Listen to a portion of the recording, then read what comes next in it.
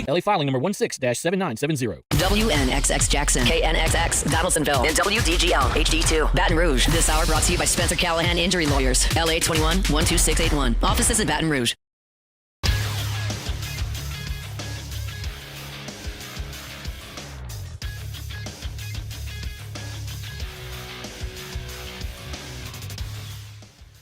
Good morning. It's 7 a.m. here on Wednesday, February 12th. Today in Baton Rouge, you can expect rainy skies with a high of 80. In hour one of today's show, we'll talk about the New Orleans Saints hiring Kellen Moore as their next head coach and a preview of LSU baseball season. You can follow us on Twitter or Instagram at OTB_ESPN and watch us on YouTube at the 104.5 ESPN channel. Hour number one of Off the Bench, live from the Mercedes-Benz Baton Rouge studios, starts now. Let's go, baby. Let's go. All-Star Toyota presents Off the Bench with Jacob Hester and T-Bob Hebert. Yeah. Off the Bench with Jacob Hester and T-Bob Hebert. Yeah, they said I gotta come off the bench. Now, here's Jacob Hester and T-Bob Hebert.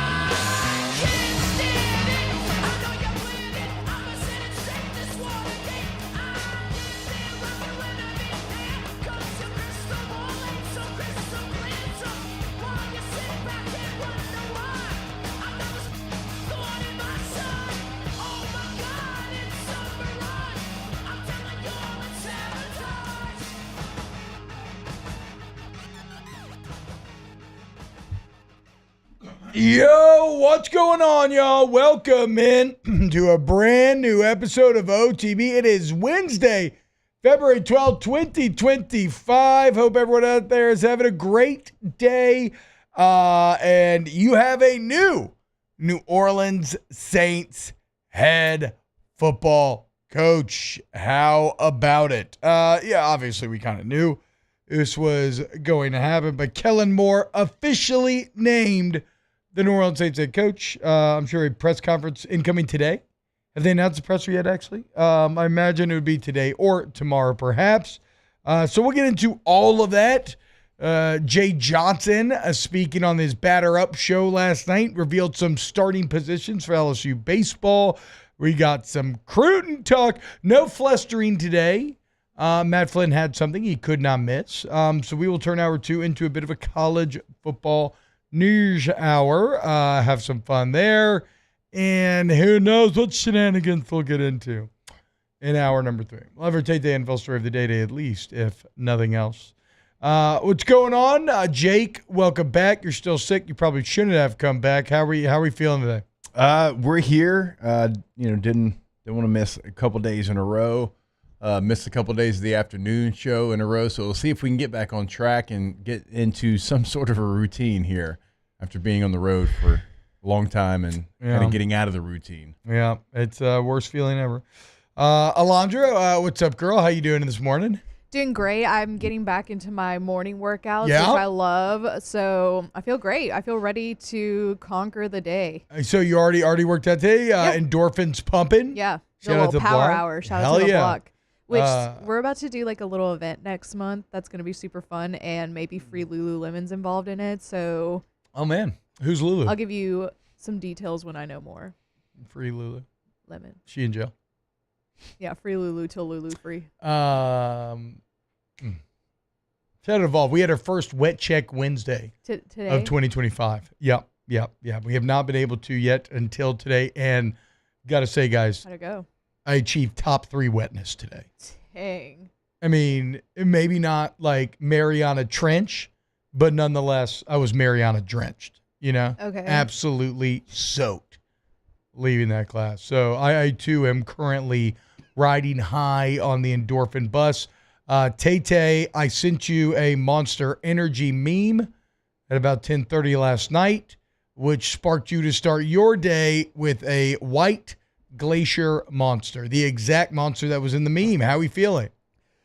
I want to thank you because every morning I go to the gas station and I'm like, guys, what are we going to have? What are we going to expose my body to this morning? And you helped me decide. So I do appreciate it. It makes my morning a whole lot easier. Every morning we go to the gas station and pick out a random energy drink. Not random. I got my go-to 2 or 3s, but look, sometimes if there's a good 2 for $5 sale, you can't pass up one. I think this should be a daily thing. The energy drink checkup. On ESPN story every day. I want to keep Tay-Tay's energy drink of the day. I want to keep energy drink. Exactly. Yes. I also want to keep a running tally of the different kinds, maybe just create a board somewhere, a Google Doc, so we can really see where your preferences lie and what your favorite energy drinks are. And maybe we can spin it into a little sponsy for you. Ooh. I wanted to appease everyone because you obviously recommended the white. Jake is all about health. This one here, guys, only 10 calories. So there we go. You know. I'm not sure if the chemicals are good on an everyday basis, but hey, man, it's not going to make you fat. 0 sugars, 6 carbs. We're good, dude. Is there any elderberry in there? I don't think so. That's the true test. I don't think so. Damn. I have iced vanilla berry, and it's so fire. Iced vanilla berry energy Red drink? Bull. Yeah, it's awesome. It's fire. Y'all are both just cranking energy drinks behind the glass today? Mine's sugar-free. Damn. Well, so is his. And no, yours has aspartame. Yours got something in it. Yeah, I'm not denying the fact that there's. I'm just saying mine's sugar-free. Yeah. If aspartame's a thing that gets me, then I'm got. Then let it be. You know? Yeah, I mean, Love me some Diet Coke. Yeah, same thing. I've been putting mushrooms in my coffee, like lion's mane or something. I don't know exactly. It's probably like a placebo effect. That sounds I feel like more something focused. you shouldn't be able to buy at a Starbucks. That sounds like a black market internet order. Well, I didn't buy it at a Starbucks, to be fair. I dump it in there from home. But yes, okay. I agree. Yeah. It doesn't have any psilocybin in there, though, so nothing like psychedelics that. Psychedelics this early in the morning? No, yeah, exactly. T-Bob's scratching himself, Googling. He's like, where can I get this lion's mane? Therein lies the most interesting part of the placebo effect, though, right? Mm-hmm. By its very definition, if you are feeling the placebo effect, then it is working. Whether it's physiologically working or not, you are feeling it, right? Yeah. That's kind of how I feel with it. So we're going to keep this lion's mane train rolling. All right. So let's go ahead and get today's show started. It's time to get to work, courtesy of Tiger Labor and Staffing, where they can help take care of screening, training, payroll, and more. Now, for starters. Hey, guys, I want to remind you, Tiger Labor truly vets their employees and builds relationships with them, okay? Just look at their job history. They get to know every potential employee during their in-person onboarding process and every morning over a cup of coffee. Probably not lion's mane, but a cup of coffee. They also have the shortest hiring terms in the industry at 60 days. They do this because they understand the quality of employees they have, and they want your business to succeed. Check them out, as they're not just forwarding resumes to you, but interviewing and dispatching every morning at 5 a.m. Tiger Labor and Staffing. How about it, guys? Kellen Moore named as the New Orleans Saints' next head coach, a man who has spent a lifetime in the game. Quite the player, Kellen Moore was. Gatorade Player of the Year for the state of Washington, where he threw a state record 67 touchdowns his senior year of high school. He actually set the yardage record as a junior. His father was his coach in high school. Then he goes to Boise, dominates there. Of course, I think he finishes 50-3 as a starter in his time at Boise. Finishes 4th in the Heisman as a junior. Nearly 4,000 yards, 35 touchdowns, 6 picks. Goes to your Cowboys, Tay-Tay, and it just backs up for a few years, right? Well, it's like 5 or 6. The Wikipedia's got a weird gap year in there that I don't fully understand what went on there.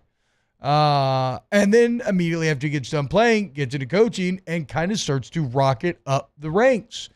A few OC stops, and here we go. At just 36 years old, shout out to all my 36-year-old brethren. At just 36 years old, Kellen Moore named head coach of the New Orleans Saints. And finally, the New Orleans Saints have the guy after the guy, you know? What do we always say? You never want to follow the guy. You want to follow the guy that follows the guy. Like Sean Payton, yes, he still looms large, but not nearly to the extent that it did with Dennis Allen and all the awkwardness there as Allen tries to prove to himself that, no, I can keep this going, but it's going to be different, but it's going to be the same. And no, full, clean set restart here for Kellen Moore. It's a weird thing to react to because we knew the news for a while now. But, Jake, what's your reaction upon it becoming official?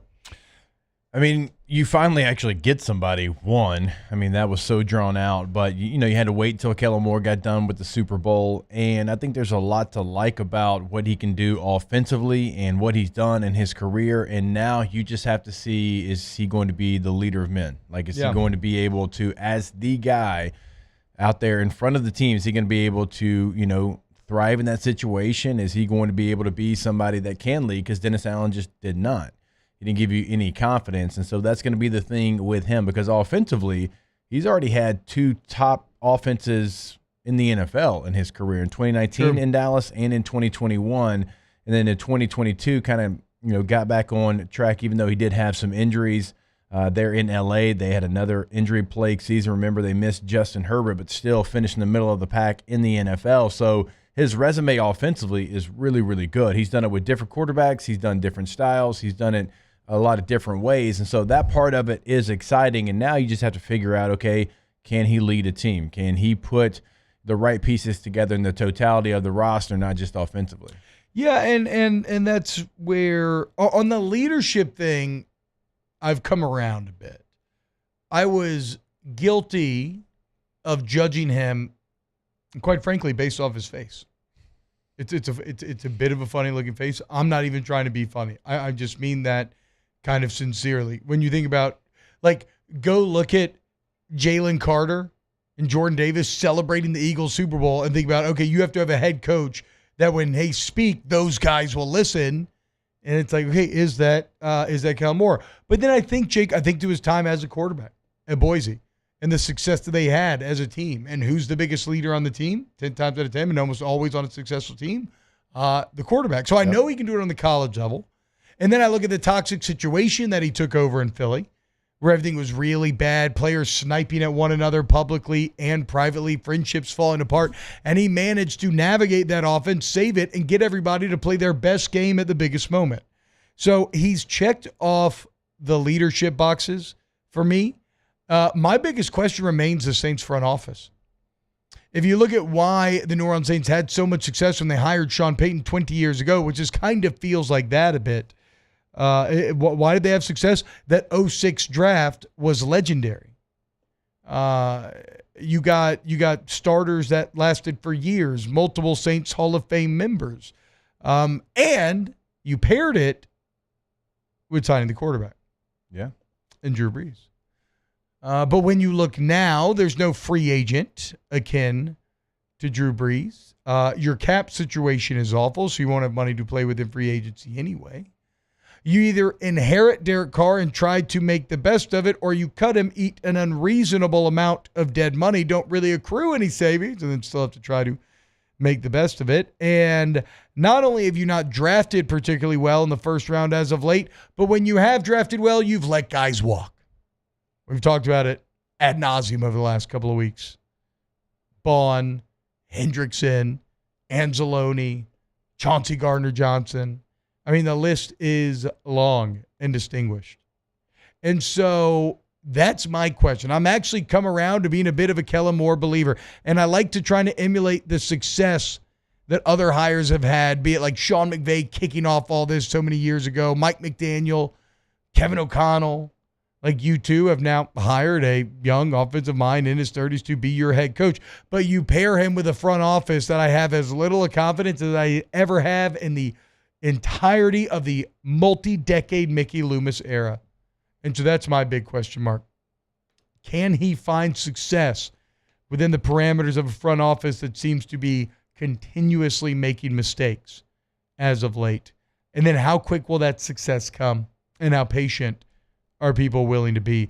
Because it really kind of saps the energy out of the room, Jake, when here we are starting an off season and you want to get excited for next year, but every conversation is like, next year's probably going to be pretty awful. Yeah. Maybe the year after that, you'll be okay. Now, the NFL can shock you. And I would love to be wrong about Mickey in the front office and about Moore, and I hope they will shock me.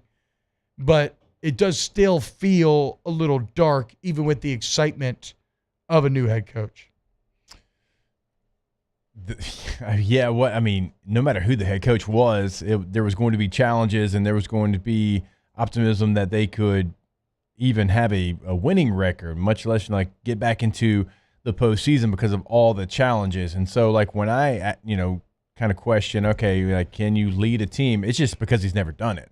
It's not that I don't think he can. And you mentioned what he did at quarterback, and we've also mentioned for him to go straight from being a player to a quarterback coach the next year, it kind of shows what he's thought of as far as inside those NFL circles. But no matter who took this job, there was going to be a lot of concern, and there's still going to be because of where the roster's at, and you have literally no money to spend, and you got a quarterback situation where it's going to be your big over a $50 million cap hit. It's going to be this albatross of a contract, and you don't love the quarterback anyways, and so like that's where all the questions are going to go, and those aren't going to go away. It didn't matter if you hired Bill Belichick; those are still going to be the questions. Yeah. Now, granted, like whoever the quarterback ends up being, Moore's resume makes you feel pretty good that he can, try to maximize strengths and maybe mask weaknesses a bit there. And I will say this, Jake. At the end of all this, when you look at all the other candidates for the job, upon further reflection, and, I don't know, maybe a bit of sunshine pumping justification or something, if you take Aaron Glenn out of the offensive coordinator candidates, I actually like Moore's resume easily the best. And the Super Bowl played a big role. I'm not gonna lie. I said that yesterday, or I said that Monday. However you felt about Moore coming in, whether you liked him, disliked him, ambivalent towards him, the Super Bowl absolutely made you feel better no matter what. It's impossible not to. But also, he's worked at a lot of different stops, multiple different quarterbacks. He's been pretty successful everywhere. I love the change of pace that he pulled in Philly. And frankly, like a Joe Brady, a Cliff Kingsbury, they don't have that on their resume. And yes, all three of them are coaching great quarterbacks, but Jalen Hurts probably maybe the least great out of those three. I don't know. It's simply to say that like the Aaron Glenn thing, maybe it's a bit, but out of all the other candidates, in the end of the day, objectively, I actually think that Kellen Moore has the best resume for the New Orleans Saints. Will translate to success? I don't know.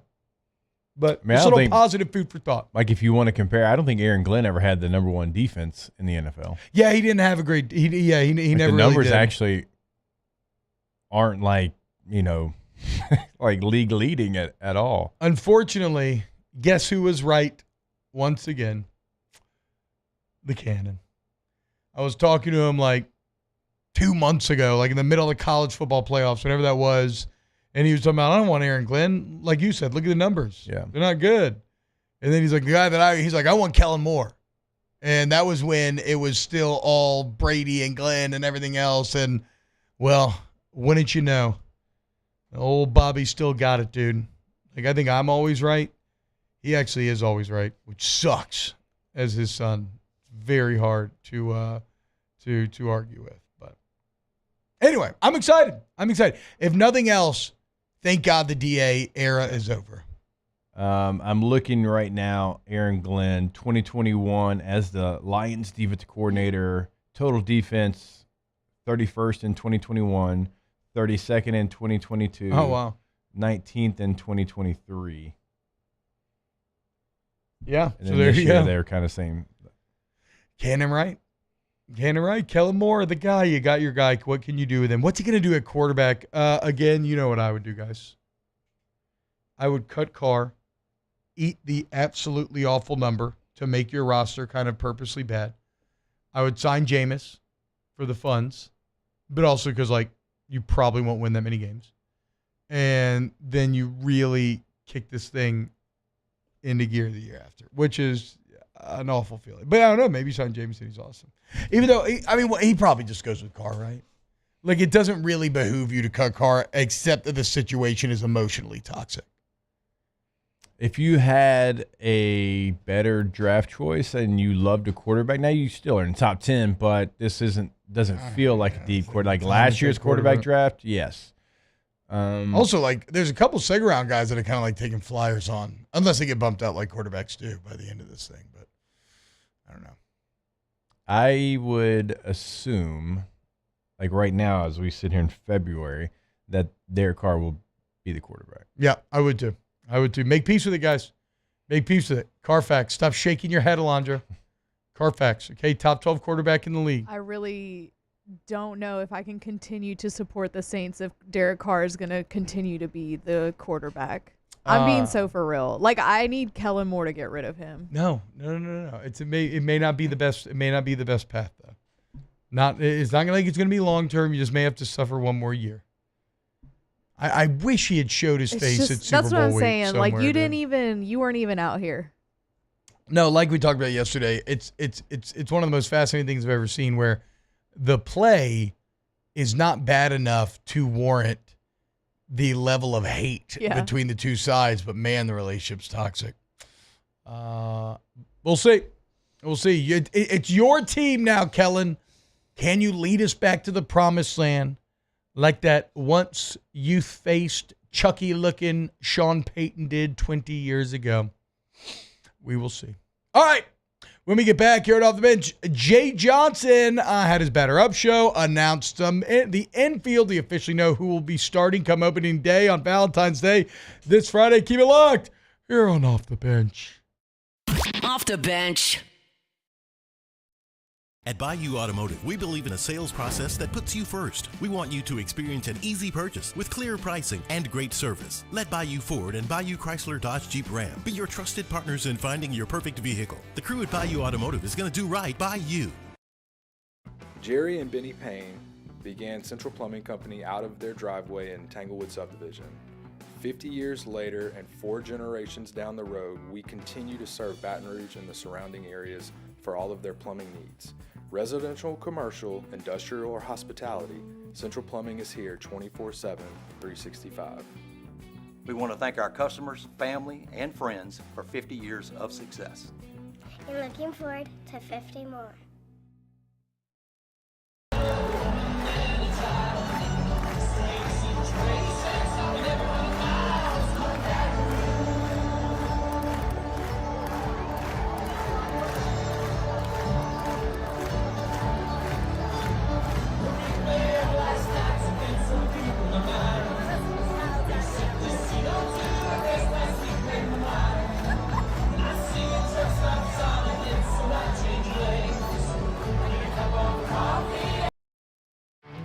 There it is, the extra mile, on the border of expected and extraordinary, for those willing to go further, like vans customized for work or play, with safety and tech to keep you connected, supported by a 5-star sales, service, and finance team, and backed by the 1-star you know. So go the extra mile. It's never crowded, because so few have what it takes to go there. Mercedes-Benz Vans. At Ochsner, we know healing is a team sport. That's why we've partnered with world-renowned orthopedic surgeon Dr. James Andrews to create the Ochsner Andrews Orthopedics and Sports Medicine Institute. Whether you're a professional athlete or a weekend warrior, our team of specialists are dedicated to getting you back in the game. So whatever your reasons are for reaching your personal best, we've only got one: you. Ochsner Andrews Institute. Long live you. Family owned and community driven. Service Chevrolet Cadillac, a legacy you can trust since 1972.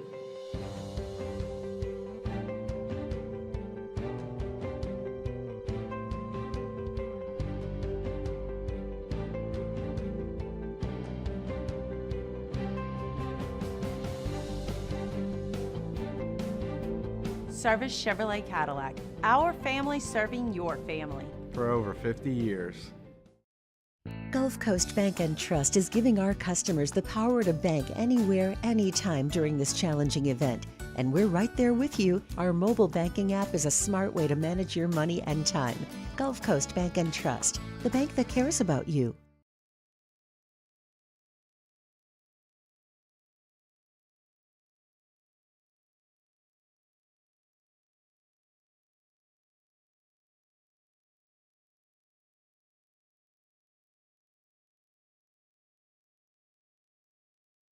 Explore it together in the Chevy of your choice. See your Super Chevy dealers today.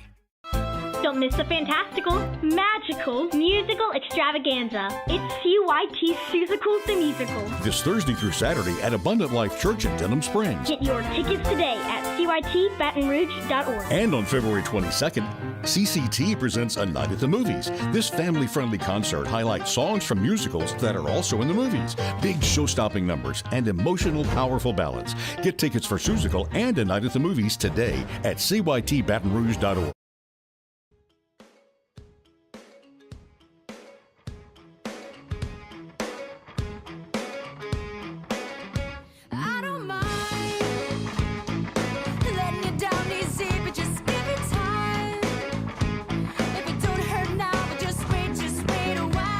Welcome back to the best morning sports show around. Sorta. It's Off the Bench with Hester and T-Bob.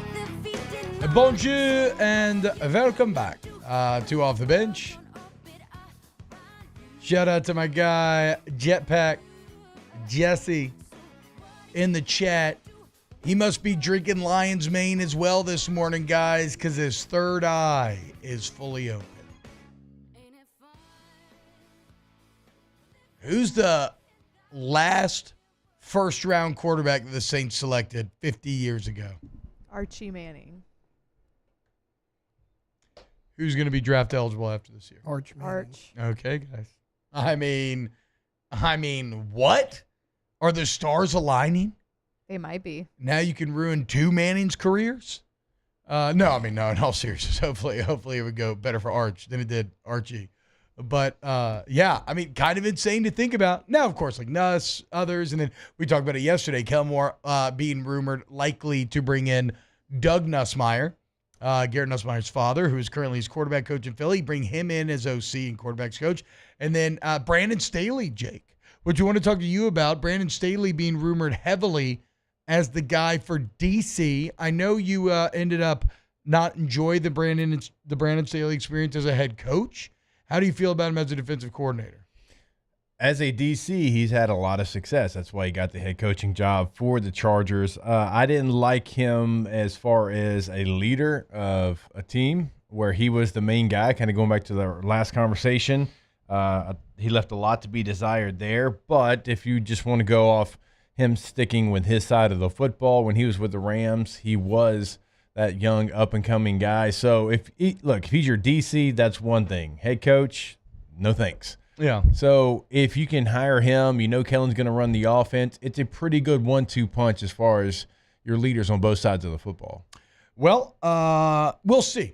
I told you a few weeks ago that Mickey Loomis's press conference at the end of the year, in which he gaslit us harder than I've ever been gaslit before, in which he said, look, just because we're 5-12, and I'm paraphrasing here because he's talking about the results, just because we're 5-12 doesn't mean we're doing anything wrong. Okay. What? Like, that quote alone gave me ED. I'm proud to announce, though, that Goodwood Men's Sexual Wellness has solved my problem. We are back. It's incredibly easy. Go get a consultation. They figure out exactly what's going on inside your body. It's mental, physical, whatever, and then they give you, they fix it, okay? And look, that's low testosterone, erectile dysfunction, maybe hair loss, maybe just low energy, right? You want to check out some penile enhancement. It's all there at Goodwood Men's Sexual and Wellness, yourgoodwood.com. So if you too are suffering from Mickey Loomis-induced erectile dysfunction, go to yourgoodwood.com and let's no longer settle for mediocre Mickey, okay? And that last one was a reach. The last one was a bit of a reach. What are you going to do? All right, so Jay Johnson yesterday went on his Batter Up show, and he officially started to reveal the infield. Where will Stephen Milam be played? I think my comfort is Stephen has shown a really good ability to come get the ball. His quickness moving left and right has been good, and he's got a good, accurate arm. And because he does a good job coming getting the ball, and he's got kind of a really good internal baseball clock, we are going to be able to take advantage of that range. Michael's been a very good player at doing whatever you need him to do, whether it was 2 years at South Carolina or last year here. He seems comfortable at third base. So you're going to have, we kind of knew this, but it is official now. The only question maybe was who's going to play second. Of course, Bear Jones is going to be at first base. You're going to have Steven Milam switching over to shortstop. You're going to have Michael Braswell move from short to third. And then Daniel Dickinson going to get the start at second come Friday. How do we feel about it, guys? Feel great. Yep. I think Michael Braswell has experience at third, so that'll be good for him. And like Jay said, he's been willing to move around always. Did he play second at South Carolina? He might have for a little bit, yeah. I don't remember his South Carolina career that much. But, yeah, I feel good about that. And he's right about Steven Milam, where he just has that internal baseball clock and, like, a high baseball IQ. And that is important to be able to go up and get the ball. And he showed that he can do that last year as well, even at second. Yeah, you got to be – I mean, he's got to be a leader. Both, a leader in his play, but also just defensively. And yeah, I'm pretty sure Braswell played a majority second at South Carolina, then shortstop, now third. So, yeah, you're putting a lot of trust in Braswell as well to be a leader, but I believe that Jay Johnson never arrives at these decisions lightly, and I'm excited to watch them. Also, I think it's big just having a veteran presence at third because, I mean, think about how good Tommy White was last year defensively because his first year, he was kind of learning the position. But, like, last year, he won games for you at third base. He saved runs for you at that spot. You need a veteran presence there. And then you got Milam in the middle, who's your best defender. And then right next to him, you look at any All-American preseason list, like Daniel Dickinson's on it. Yeah. Now, one thing that there was another name that Jay Johnson would say, now, hold up, no, don't overlook this guy. Go ahead and play the one on Tanner Reeves here, Alondra. Another player that, people aren't talking about enough maybe, and it's just they don't know because he's new, is Tanner Reeves. He's a transfer from Blinn Community College. He's had a really good early spring, taking good at bats. He's going to mix in a little bit at second base and at third base and be a productive player for us too. So Tanner Reeves coming over from Blinn in 2 years at Blinn. He hit .398 with 28 home runs, 142 ribbies, and 28 doubles. So very productive bat. Somebody who maybe ends up cracking that lineup in one way or another. The main thing that all this stuff does for me is just get me excited to go on our first date together. That's what every new baseball season feels like to me, is getting to know someone new and learning their quirks and their personality and how to flirt with them and what makes me laugh, what makes them laugh, what I like, maybe what I don't like, and just going on this journey together. And especially because the sport seems to be so transient now that it really feels like you're dating a new person every year. And that journey starts this weekend. I can't wait. On Valentine's Day. On Valentine's Day. Perfect. Yeah. Perfect. Which player will cause me to feel that prick of Cupid's arrow? I don't know. I wonder who it'll be. All right. When we get back, Gulf says this is not very impressive at community college IMO numbers. I'm going to disagree. I don't know. I think batting 400 is pretty badass, but I don't know. Maybe I don't know Bill. It's also Blinn, and it's like a Texas junior college. I don't know. Well, I'm so dumb. I'm like, Cam Newton went to Blinn. Blinn legend, Cam Newton. Blinn just wins championships. That's what Blinn does. So I'm like, yeah, that's pretty damn good to me. Didn't Willie Fritz coach there too? Probably. I mean, yes. Blinn is a championship school. We also talked about yesterday how Jay Johnson's really good at finding diamonds in the rough and bringing out their full potential here at this program. He is the development god, and so I can't wait to watch him with all of these new players. And again, we talked about it yesterday. The thing I'm most concerned about still remains the staff, maybe especially from a starting perspective for me, and getting eyes on them is going to be fantastic as well. I can't wait, dude. It's going to be beautiful. Is it going to be beautiful? I don't actually know. Saturday? Yeah. No. Oh. Friday game, be prepared for that boy to be delayed for about an hour. Saturday may not play it. Okay, it's going to be a metaphorically beautiful weekend at the box. I think there's even word that maybe they move Saturdays to Friday. Tight. So it's doubleheader on Friday. Like Saturday's like 80% all day. It's going to be a long, metaphorically beautiful Friday at the box then. All right, when we get back, let's go ahead and get into some, recruiting news. More OTB coming up next. Off the bench. Go to PelicanRoof.com, guys. PelicanRoof.com. Check it out, man. You are in Baton Rouge. You're in Lafayette. Well, you need a roof. You want to go with Pelican, winners of the 2019 Better Business Bureau Integrity Award. What I love about Pelican, guys, there's no corners cut, and there's investment in you. How? Because they have dedicated employees every single step along the way, okay? They're not trying to cut corners or sneak by or squeeze efficiencies. No, they want to make sure that from the time when the phone is picked up through your project, which every project has a dedicated project manager on site, they want to make sure that you're getting the full focus you deserve. Go to PelicanRoof.com. Yeah, remember, too, that they are in Baton Rouge and in Lafayette. So they've got offices both. And so they're in the local communities in both places, not driving over here and there. They are staples in both communities. And so when you go to the website, remember that. Go through all the tools they have at your disposal. They're on the website, PelicanRoof.com.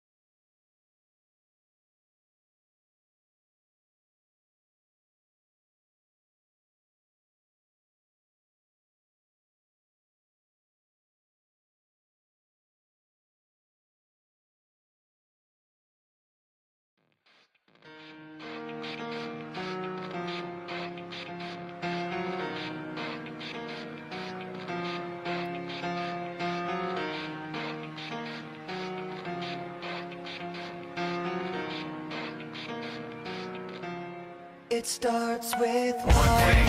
I don't know why. It doesn't even matter how hard you try. Welcome back to more sports talk with some other stuff mixed in. Off the bench with Hester and T-Bob. Taylor, I think if you click more, your computer's going to start working. Dude, I don't know what the problem is. Like, it's frozen. I can't do anything. I know. And I know the frustration when a computer's frozen to just hit all the buttons and hit them increasingly fast in anger. But I feel like that's probably doubling down on the problem. I'm hoping I don't have to restart it because it takes like 20 minutes to restart this. Alondra, chat wants you to choose a side. Texas or LSU this baseball season? I have always picked LSU. Okay, good. We're just making sure here. Just making sure. I mean, I've made it very clear. Let's say LSU gets knocked out of the SEC tournament or something like that, and Texas is still in it. Will you cheer for Texas? See, and I probably. Wrong.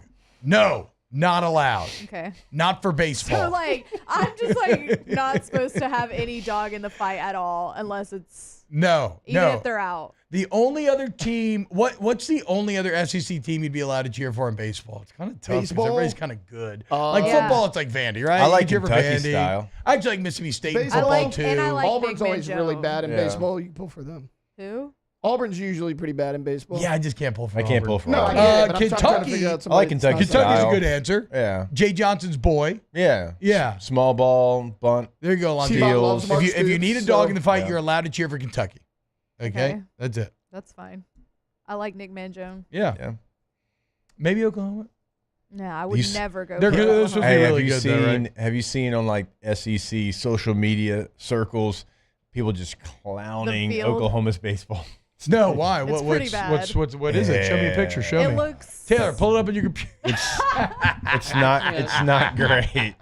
It's not great. I believe the only I seats, think Auburn Alondra, I was- believe the only seats that they have are between first and third, and I don't even doesn't think they have extend past outfield. that. Yeah. Wait, but they have a good team, right? Aren't they good? Or is it just They're good at softball? I know softball. softball's incredible. But they have the two, I'm guessing they're brothers. They have the same last name. We went to the D1 top 30 pitchers list, and they had two of the top 30 pitchers. So I just assumed they were.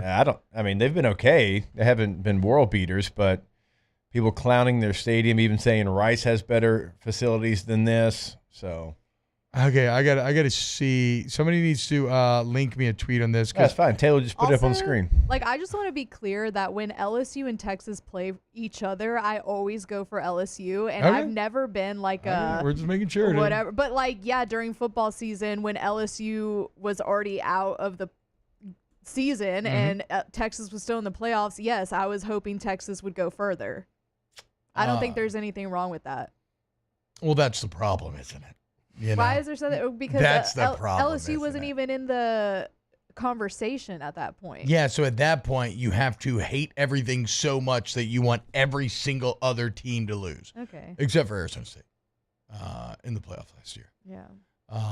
And little old Clemson, who Texas beat. Ooh, boy, little old Clemson. You want to talk about a great opening game. Just continues to get hyped. The Nuss Klubnik, top of the Heisman list. Both will find themselves on preseason All-American lists.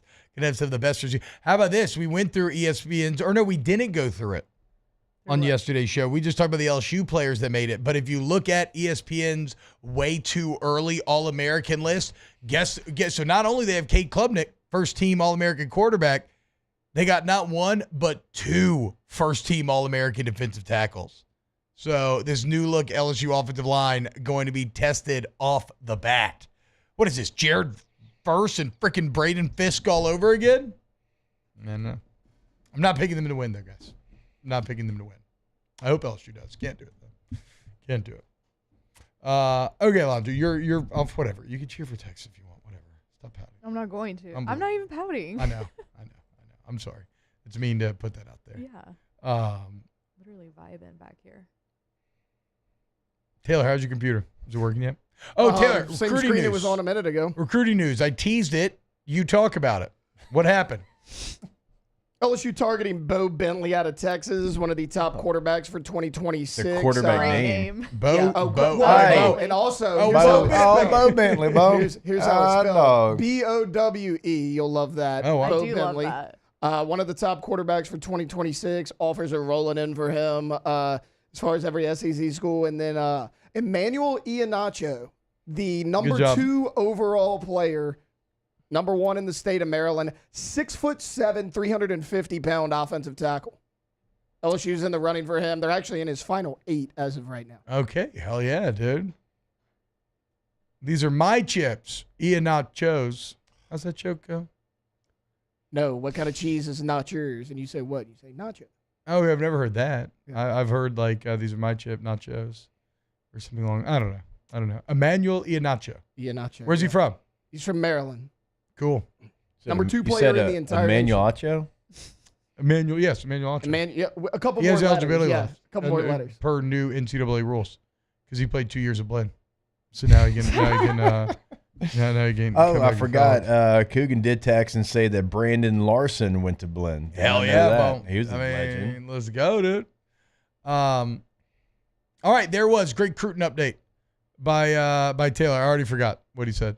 All right, when we get back, let's close out hour number 1. A couple of LSU women at the top of On3's new NIL valuation list. Keep it locked right here on OTB. Tommy's Windows, Doors, and Siding. Go Tommys.com. That's GEAUX. Tommys.com. Look, man, you want hardy plank vinyl siding, you want wood or vinyl windows, you want any type of door, you want energy efficient options that save you money over time because they lower your bills. Gotta pay for themselves. You want lifetime warranties. Why don't you trust and ride with the exterior home improvement experts at Tommy's Windows, Doors, and Siding? Winners of the Angie Super Service Award 8 years running. Go to GoTommys.com, GEAUX Tommys.com. Go to the website and check out what they've done in the greater Baton Rouge area. You can do that by checking out testimonials of past clients, also a gallery of the work that they have done. But something that we like to tell you every single day is if you've got a custom job and you don't see it there, do not worry, because Tommy and the team will come out and they can get your job done, show them what you want, and they'll make sure it gets done. Go Tommys.com.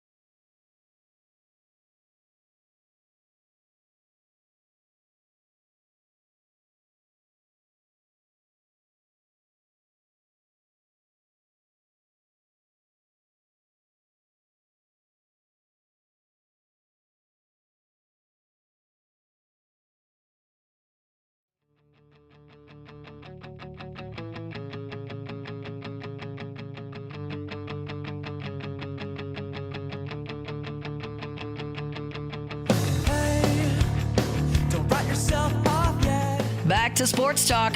Maybe. Off the bench. What up, y'all? Try your best. Welcome back to your little Jacob Eat world. Bringing you back in.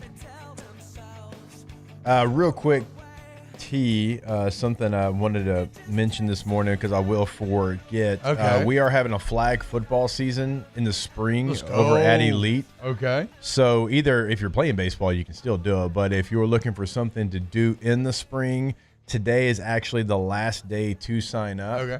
So NFL flag, going to have a league over there at Elite. So you got 2 outdoor fields and the indoor as well.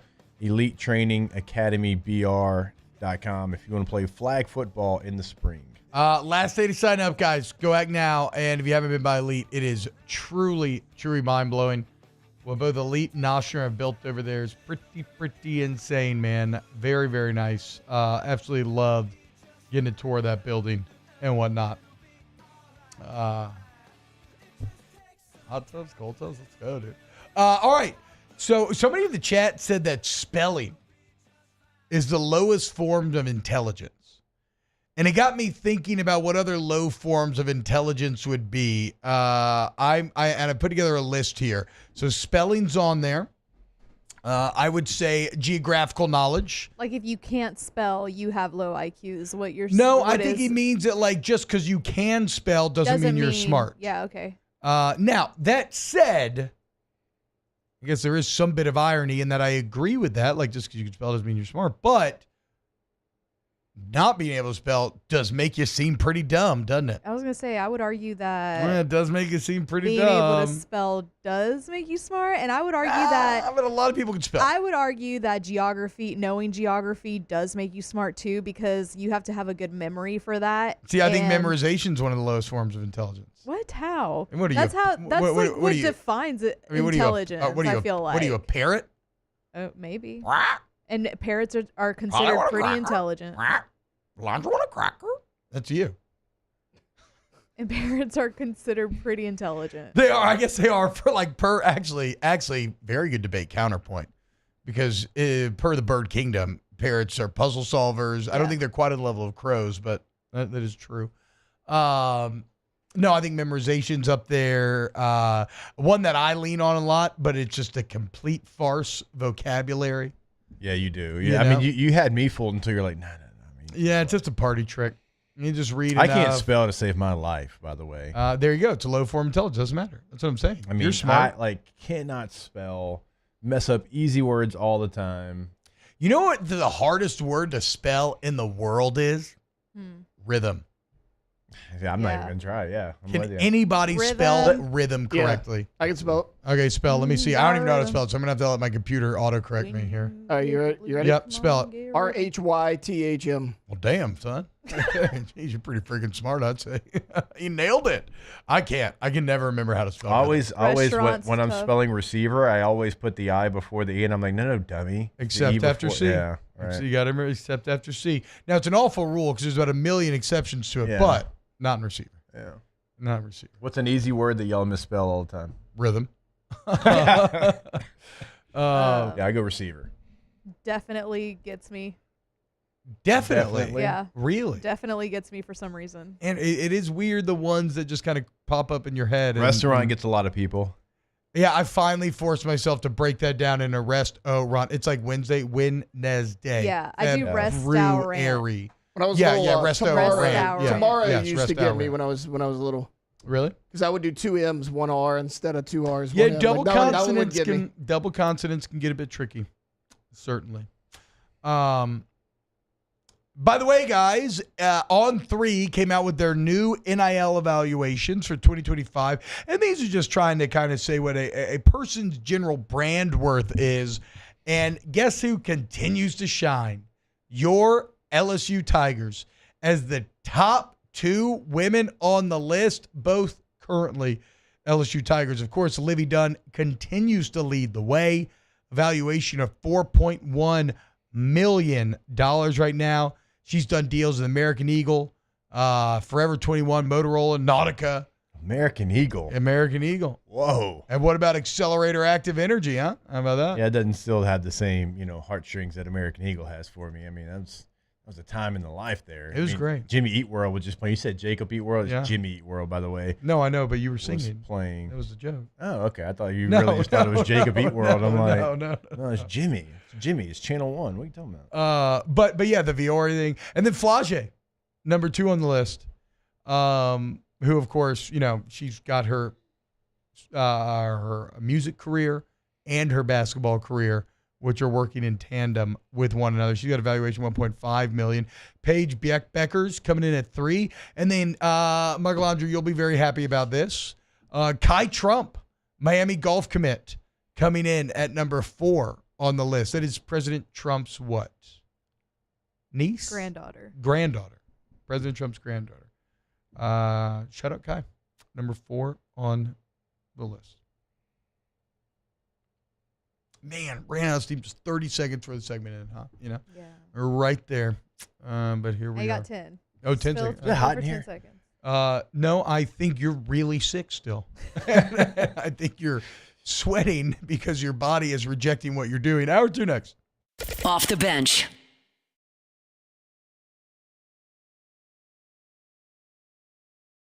Renowned orthopedic surgeon Dr. James Andrews to create the Ochsner Andrews Orthopedics and Sports Medicine Institute. Whether you're a professional athlete or a weekend warrior, our team of specialists are dedicated to getting you back in the game. So whatever your reasons are for reaching your personal best, we've only got one. You. Ochsner Andrews Institute. Long live you. There it is, the extra mile. On the border of expected and extraordinary for those willing to go further, like vans customized for work or play, with safety and tech to keep you connected, supported by a 5-star sales, service, and finance team, and backed by the 1-star you know. So go the extra mile. It's never crowded because so few have what it takes to go there. Mercedes-Benz Vans. The Windsor Senior Living Community in Mandeville, Louisiana is a beautiful, vibrant apartment community geared toward seniors. They are nestled right in the heart of Mandeville, where seniors live a more carefree lifestyle in spacious apartments with the peace of mind that comes from having a little extra help. Call the Windsor at 985-624-8040 to schedule a lunch and tour. Come see how the Windsor can be your passport to peace of mind. Crime has serious consequences, but anyone can make a mistake. If you find yourself in trouble with the law, know that you have rights, and it's okay to demand them. The law offices of O.C. Brown are here to protect you and your rights. Felony or misdemeanor, DUI or drug charge. No matter what crime you're accused of, you still have rights. Let the law offices of O.C. Brown uphold them. Call 225-343-1111. Your law firm for a lifetime. Family owned and community driven. Service Chevrolet Cadillac, a legacy you can trust since 1972.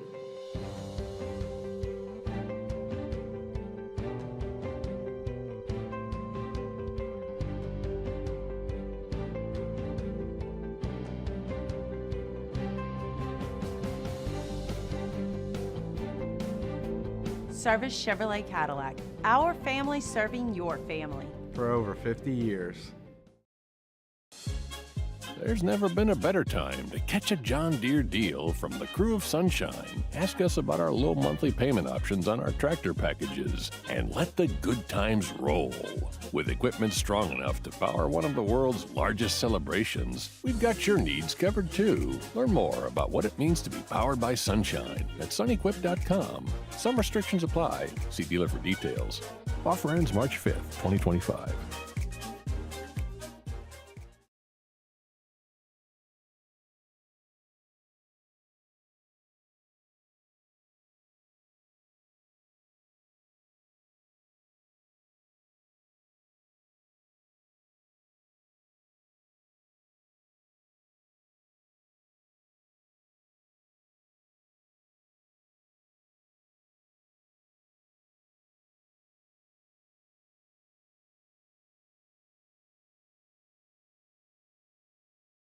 HD2, Baton Rouge. This hour brought to you by Spencer Callahan Injury Lawyers. LA 21 12681. Offices in Baton Rouge.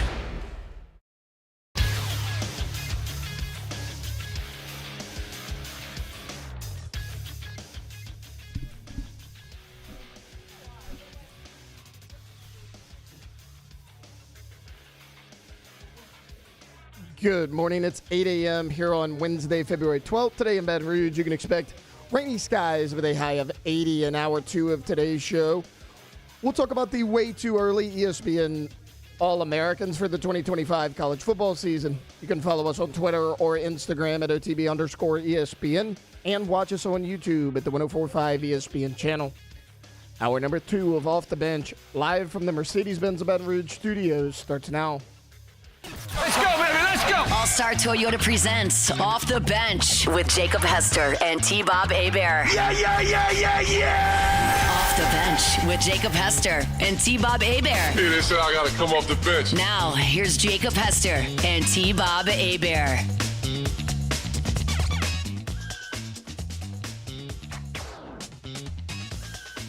What happening, y'all? Welcome back to OTB, hour number 2. Jake was just telling us that during the break, Miley Cyrus is being rumored to headline next year's Super Bowl halftime show. I think I could see it. Even though Jake, you asked what hits she has, I was like, well, you got like Party in the USA, you got like Wrecking Ball, and then I'm not entirely sure. Y'all mentioned Flowers. I don't know what Flowers is off the top of my head. I know I'd recognize it if I heard it. It was huge the last like 2 years. I know you're doing a great job, but I'm doing a great. I sound just like her. I know. That's what I'm saying. I'm not saying Miley here. I'm not saying you don't, but yeah, I don't know. She's got a good bit of hits. Nothing Breaks Like a Heart is a good one. Yeah, okay, that's on the other hit list here that I'm looking at. Don't Call Me Mark Angel, Ronson. Charlie Angels. I would probably say that it would be like most halftime shows where if she would bring out others, which I'm a big fan of. I always like when, it's like, oh, I didn't expect that person to be here on stage. Like, that's why the LA one was so good, because it was, Snoop, it was Dre, and then it was Eminem, then it was 50 Cent, then it was Kendrick Lamar. She needs to come in on a Wrecking Ball next year, without a doubt. Oh, she's there. Back in the old underwear tank top setup, just like the old music video, and then shaved head, and then glam up from there, change from there. I would love if she did some Hannah Montana stuff. It looks like He Could Be the One from Hannah Montana 3 is her highest charting Hannah Montana song. Really? I don't know. That's surprising. I don't know. I said seems like. I have no idea. Seems like, okay, you're just making stuff up. Which means it could be right, it could be wrong.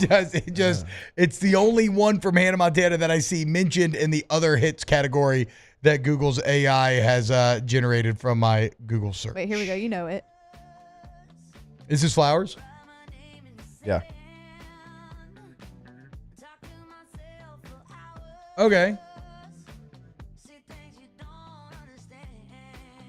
You know it. No, I do. No, I know it. Okay, I was about to say, like, you surely have heard. No, I know it. I know it. I don't know that I've ever listened to it casually. Yeah. Well, now you have. No, that does not count. Yeah. She sang with Dolly Parton. I mean, that's the one thing we're already talking about. Yeah, do Jolene bring out Dolly Parton? Could be great. Yeah. Bring out Billy Ray. Well, Achy Breaky Heart. They do, right? Bring it all the way back, baby. For one, they're beefing. Back to what it's still? I feel like they've been beefing for a decade. Don't get over it. You got a year. He performed at Trump's inauguration and it looked and sounded terrible. Y'all didn't see that going around online? Yeah, that's terrible. Why did they get Billy Ray Cyrus? That's the most low clout. Like, what?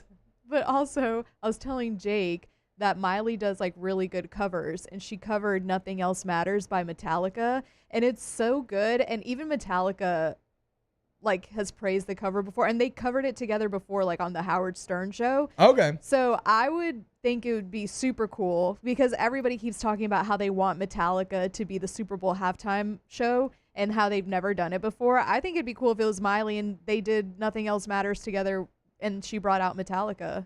That would be pretty sick. So some options there, if it indeed does come to pass. Dane, we're going to have to give you a little bonk. That's his second comment. It's 2 bonks He's got now. 2 bonks, and it's 8:04. It's 8:04. Says Lainey Wilson should headline the Super Bowl next year. She needs to get off up. Sim and bring back her booty, make booty great again. Damn.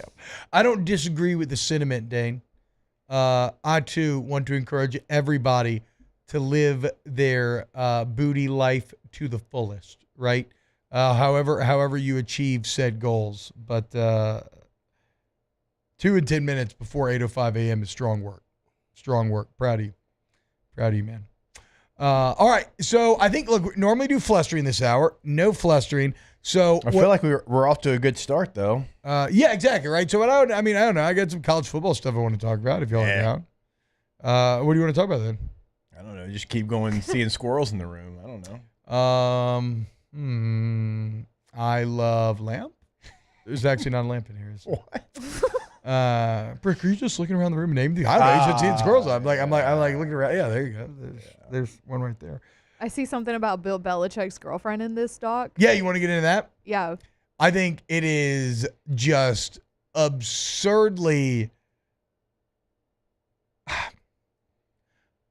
I don't know exactly what word I'm looking for. Maybe it's just absurd. But I think it's wild. I think it's pretty wild how upfront Bill Belichick is being about this girlfriend situation. Normally, when you see an age disparity like it, I think he's 72. I think she's like 24 or 25 or something like that. A lot. Normally, when you see that, it is a lot, right? It's kind of insane. I don't know what the hell they talk about. Right. Yeah. No idea. Gosh. Like, y'all are like a decade younger than me, basically, but I can talk to y'all. But y'all are kind of old souls. Like, I don't know what they talk about. But so I guess here's the thing. Normally, when you have that situation, the girl tends to kind of be, maybe a bit hidden, a bit in the shadows. You know they're dating, but out of maybe some sort of societal shame, you don't show each other off too publicly. Well, not the case with Bill. Bill said, "Oh, okay, you aren't going to give me an NFL job? Okay, bet. I'm going to show up to the NFL Awards red carpet with a Hugh Hefner red sports jacket on, all 20 of my Super Bowl rings. I got so many Super Bowl rings, I'm going to give my 24-year-old girlfriend one to wear." And she is dressed scandalously, just really driving home the physical disparity between the two parties involved. But that's not where it ends. As if the red carpet wasn't public enough, Jake, probably my favorite commercial from the Super Bowl featured Bill Belichick and his girlfriend. The Dunkin' Donuts commercial. She's in it with him. I didn't see any commercials. Look at this screenshot. This is a Super Bowl commercial featuring him and his girl. Like, so Bill's out here like, nah, fam, I'm in it, man. I'm about to say he's in love. Yeah. He is committed. Pot committed. And you have in the commercial letting, Super Bowl rings just be worn. I mean, that's what they talk about. So that's stolen valor? I mean, what are we doing? I mean, here? It absolutely is. But Bill's saying, screw y'all. Y'all don't want to give me a head coaching job. But that's where I'm going to put two people on notice. First is Bill Belichick's girlfriend, because now Bill's on the college campus. And there's going to be a lot of her walking around. And he's going to be very powerful on said campus. I'm also putting Joey Freshwater on notice, because Billy Saltwater has entered the chat, okay? Billy is ready to take Lane's crown as the biggest player in college football. So watch out now. I know you're on that Super Bowl commercial together, but just wait. Don't let the president of Kappa Delta get in a meeting room with Bill. You might, you never know what's going to happen. Try it else. It doesn't feel like he's even the coach of North Carolina. Right. No, not at all. Not at all. And now he's wearing like suits when he meets with these players and everything. I don't like that. I feel like he's having, what do you even call it at that point? A late life crisis? Something. I mean, look, I guess a new life crisis. New life crisis. Yeah. Again, and a lot of new that he hadn't been in a long time. To be fair, I think most single men at that age, and most single women at that age, would love to be able to date someone, at least from a physical standpoint, that young. And probably from mental, right? Makes you feel young, I would imagine. But again, do they talk about like Snapchat? I don't know. Probably not. Imagine That's Bill probably Belichick old. with a Snapchat. Yeah, that's what I'm saying. That's probably old. Have you all seen the Danny DeVito penguin memes? Yeah. Send it to us. What Bill Belichick or what That's Belichick's disgusting. girlfriend sees. Dude, I laughed so hard at that the other day.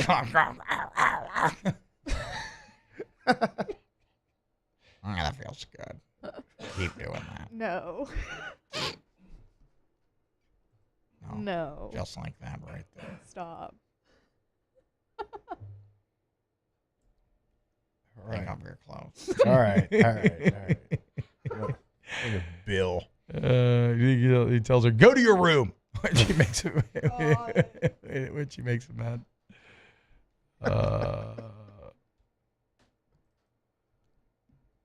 What do they talk about?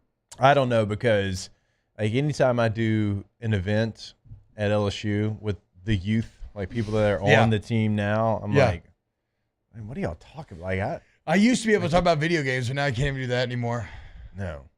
I can kind of fake it. I'd be like, "Oh, you play Marvel Rivals? How about that In Riz? Warzone?" Yeah. Skibbity. I don't know. I'm Ohio. out of material. Who's bigger boobs, Bill or her? Actually, Bill. There's a lot of bad visuals on the internet where Bill is looking bustier, unfortunately. This suit looks great. Yeah, I was about to say, in this picture, not him at all. No, he looks great here. The suit he wore with the recruit that I saw the other day was not a good look. Not a good look.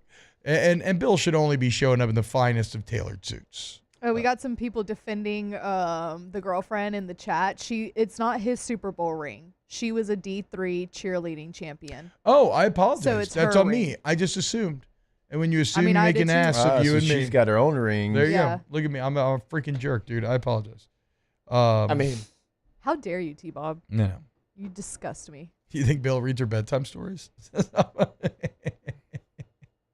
no, I mean, he's got an early bedtime, too, at this point, so probably I don't not. know. He was sneaking out that ring camera She pretty might be late. reading him the bedtime, guys. I mean, come that on. ring camera footage is pretty late. The ring camera footage is all-time good. Even though that was pretty early. Oh, was it? Yeah. It was, yes. It was. It felt very 6 thought it was a.m., like 3. sun coming up, a bit of a walk of shame Mm. sort of situation. Although, again, credit to Bill, no shame in his game No. any longer. Oh, man. You don't care. You know, when you get to a certain age, you just stop caring. Like, old people do not care. Yeah, true. How much did Bill I look ever forward to being the actually horny old care man. anyways, though? I can just creep everybody out and not really have to feel guilty about it anymore. Yeah. Would Do you really feel guilty about it, though? Yeah, I mean, every time in these workout classes, the majority of women, the entire time, I'm just telling myself to not just try not to make anybody feel weird. Don't be creepy. So I just try to stare at the mirror and just look at myself. It's yeah. I don't want to be nobody wants to be the creepy workout guy. And maybe I am. I'm not. Try not to be. What were you saying, Taylor? I was like, how much did Bill ever actually care? Because, I mean, think about it. He wore kind of the ratty sleeveless hoodies on the sidelines when no other coaches did. Like, he never really cared what the media thought about him. Like, this is Bill Belichick. True. This is him reaching his Final Four. This is the most evolved Bill Belichick that we're possibly going to get. Head coach of the UNC Tar Heels. Which, what does that mean? I don't know. I mean, you got Duke out here paying $4 million for Darian Mensah. Screw you, Duke. The hell out of here.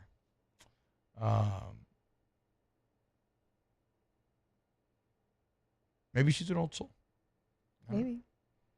Shout out to Bill, though. Very possible. Old Billy Saltwater, now on the scene at Chapel Hill. Will Bill coach 20 games at UNC? No, he's done after a year.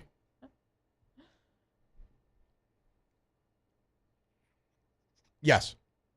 You think he gets an NFL job after this year? I don't know. I think he gets at least 2 years. Mike Willis, wait, they really hired him to coach in college? That wasn't a bit? Yeah, no. He is actually the UNC Tar Heels head coach. He got a big quarterback commit. I'm pretty sure.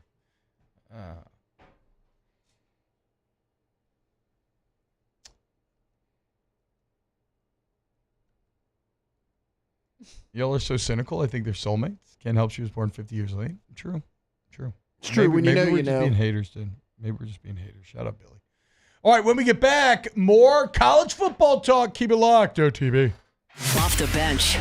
Get Gordon and get it done. 225-888-8888. Gordon McCurdy Injury Attorney is there for you when you need somebody who's going to stand up for you. And when you get into an accident, well, you're going to need someone to fight for you. Because fighting with these insurance companies, they got a lot of resources at their fingertips. That's why you need to go.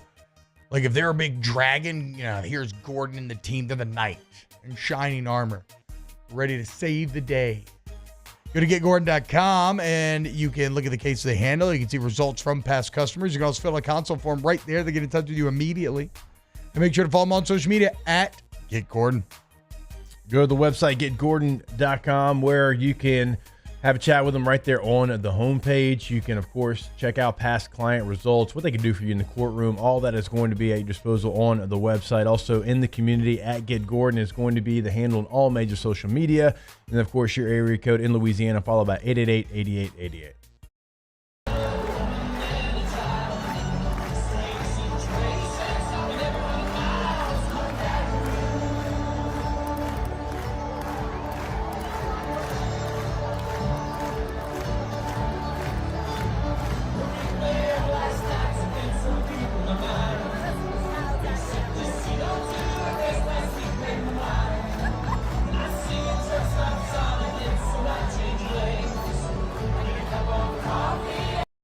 At Ochsner, we know healing is a team sport. That's why we've partnered with world-renowned orthopedic surgeon Dr. James Andrews to create the Ochsner Andrews Orthopedics and Sports Medicine Institute. Whether you're a professional athlete or a weekend warrior, our team of specialists are dedicated to getting you back in the game. So whatever your reasons are for reaching your personal best, we've only got one. You. Ochsner Andrews Institute. Long live you. There it is, the extra mile, on the border of expected and extraordinary, for those willing to go further, like vans customized for work or play, with safety and tech to keep you connected, supported by a 5-star sales, service, and finance team, and backed by the 1-star you know. So go the extra mile. It's never crowded, because so few have what it takes to go there. Mercedes-Benz Vans. Jerry and Benny Payne began Central Plumbing Company out of their driveway in Tanglewood subdivision. 50 years later and 4 generations down the road, we continue to serve Baton Rouge and the surrounding areas for all of their plumbing needs. Residential, commercial, industrial, or hospitality, Central Plumbing is here 24/7, 365. We want to thank our customers, family, and friends for 50 years of success. And looking forward to 50 more.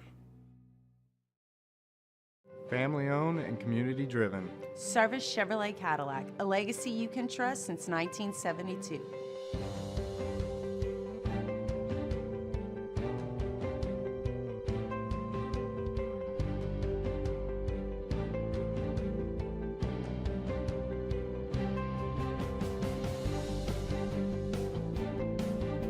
Service Chevrolet Cadillac, our family serving your family. For over 50 years. Crime has serious consequences, but anyone can make a mistake. If you find yourself in trouble with the law, know that you have rights, and it's okay to demand them. The law offices of O.C. Brown are here to protect you and your rights. Felony or misdemeanor, DUI or drug charge.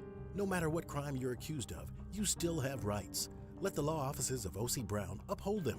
Call 225-343-11.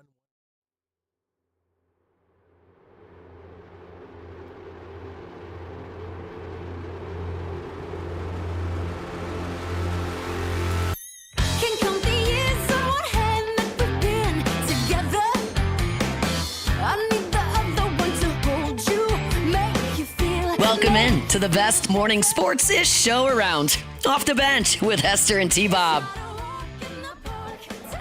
Honor of flestering. We'll keep the shenanigans going as we weave in and out of sports. But I've got a new $1 billion idea. And guys, you cannot steal this. But you know, women have like push-up bras and whatnot. I want push-up undies to make men's bulges look bigger. So, yeah, okay, same way. It's like false advertising, whatever. I don't care, okay? You want to walk around? You want to feel confident? You want to feel good about yourself? What should we call them? That's what I'm saying. You can't call it cup. That's already been done. Like, what are we thinking here? I don't know. Maybe they do exist. You know, to be fair, I guess it's not like that revolutionary of an idea, but we'll see. Hey, you know what I thought was pretty badass, actually, to weave into some sports? This is what Jalen Hurts had to say. Chat saying they made it. Okay, so then send me links. I want to see if I would design differently. Found one. You already found that quickly? So this is not an original idea. Mm-mm. What's it called? Men bulge enhancing. Okay, that's an awful name. I mean, So well, bad. it's Oh wait, men's bulge enhancing pouch underwear set. even worse. Okay, now granted, it explains exactly what it is, which I do appreciate, I guess, to some extent. How does it work? Can you send it to me? Can you send me a picture? Yeah, I'll send it to you. I'm very intrigued. They also got a sling looking thing. I'll send you both of these. Okay, send me these so we can start to Yeah, check out I can't pull these up on the. check out our competition a little bit. Skip on that. How about this, dude? Ari Wasserman and On 3 was writing about a quote that Jalen Hurts had, and if I was Kirby Smart in Georgia, I would put this quote everywhere on my social media, maybe even put it up in the building. Jalen Hurts, after the Super Bowl, talked about the, quote, dog influence on this Philadelphia Eagle team, saying, quote, and he was asked about the Eagles' success in the Super Bowl and whatnot. He said, quote, a big part of it has to do with the Georgia background on defense. I think that starts with the Kobe Dean and all those guys who were able to play ball in college together and bring their ways to the league. I think it has a big impact on our culture on defense, how they play, how together they are. I think that seeps through the team in many ways. I mean, what a recruiting pitch for Kirby Smart there. You have Jalen Hurts, a Super Bowl winning quarterback on one of the best teams we've ever seen, talking about how a big reason for the culture of the team is Kirby Smart's culture that is translated to the team because of Jalen Carter, Jordan Davis, Nolan Smith, Keely Ringo, Lewis Klein, Nakobe Dean. You know what else it does for me, Jake, to bring back to LSU?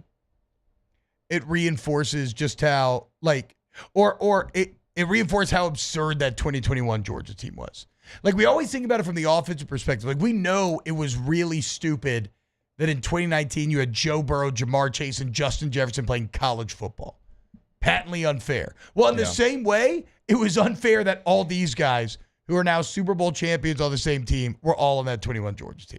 Yeah, and they were, at the time, you felt like they were one of the best that we had seen, but we had just seen, two of the greatest in 2019 LSU and then 2020 Bama, so maybe they didn't get their just due at the time.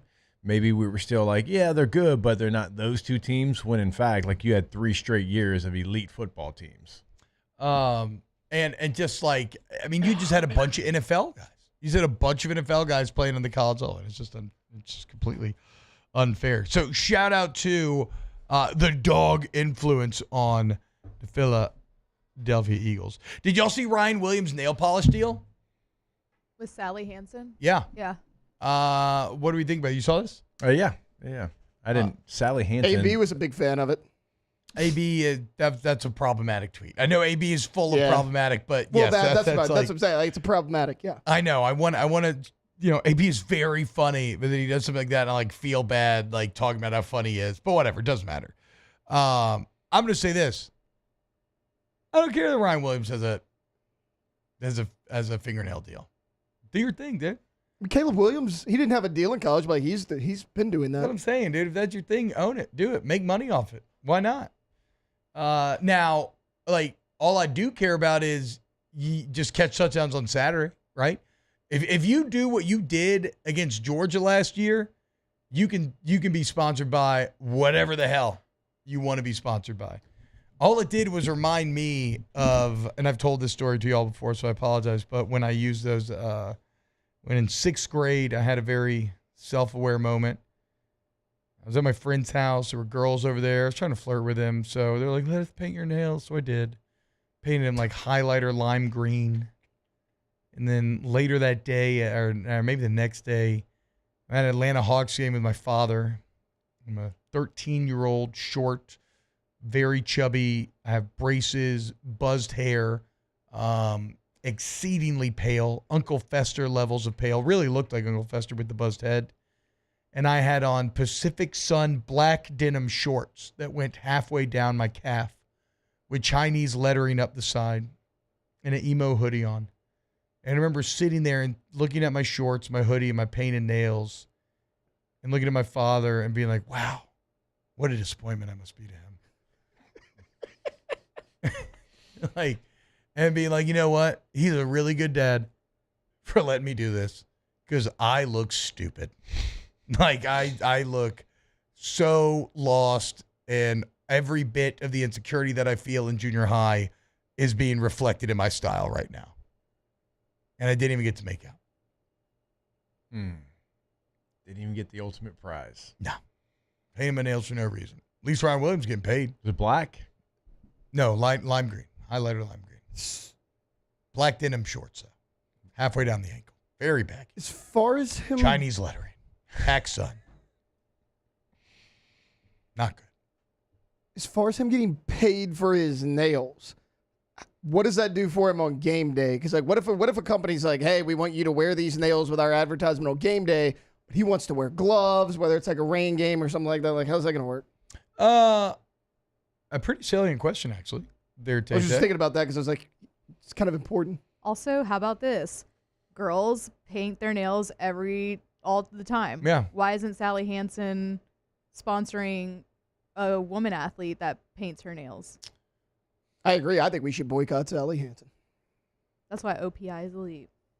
I wonder. I mean, is it because they already have that market? But are you really expecting Ryan Williams to open up a market? Here's what it is. You're playing college football. What male are you really appealing to by being sponsored by Sally Hansen? Here's what it is. We're talking about it. If you sponsor Livy Dunn, we're not talking about it. Because it is what it is. We just talked about all the people that No, are I know, but Livy Dunn. whatever. If you sponsor whoever, Yeah. we're not talking Paige Beckers. We're not talking about it because that's more normal. The whole reason this story has any legs is because it's viewed as being abnormal. Yeah. And so by announcing it, you go a bit viral and you already start to reap some of the advertising benefits. We've played right into big Sally Hansen hands here. Yeah. Big nail polish. Big nail polish. I will say this. I love the smell of like nail polish and nail polish remover. I love getting my nails doing done. poppers. All right, when we get back here on OTB, let's talk to head baseball coach Jay Johnson. Keep it locked. Off the bench. Off the bench. Go to All-Star Toyota Baton Rouge, All-Star Toyota of BatonRouge.com. All-Star Toyota is your answer if you're in the market for a new vehicle. Maybe it's a brand new vehicle. Maybe it's a Toyota certified used vehicle. Maybe you just need a rent. Ms. Lisa got you right, man. Go to allstartoyotabatonrouge.com, and it's also a great place to work. When you get to the website, a box pops up. You can search by search the inventory by keyword, by make and model, by budget. And so whatever your needs are, your parameters, we're going to find you the answers for you and your family at the best price. Go to All-Star Toyota Baton Rouge, allstartoyotabatonrouge.com. And go there today to buy new, to lease, and to rent a Toyota. You've got Mardi Gras break coming up here in a couple of weeks. And so if you've got a trip planned, go ahead and rent that Toyota. Maybe you need something bigger. Maybe you need something better on gas, whatever it might be. All is available to you in the rental department. Go to the website today, allstartoyotabatonrouge.com.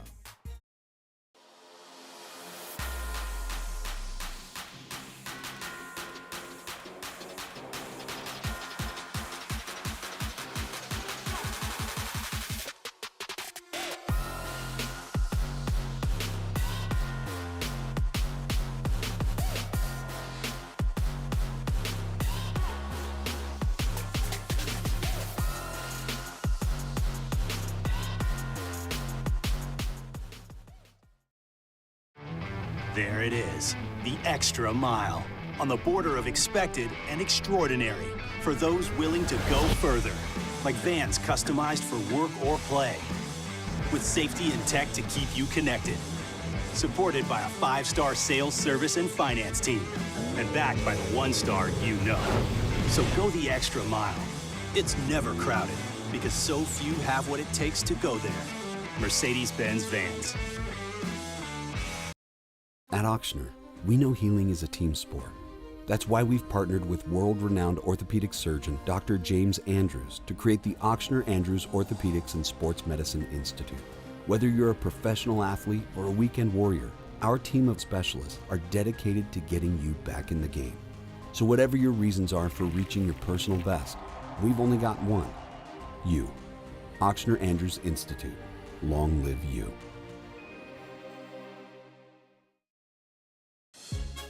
There's never been a better time to catch a John Deere deal from the crew of Sunshine. Ask us about our low monthly payment options on our tractor packages and let the good times roll.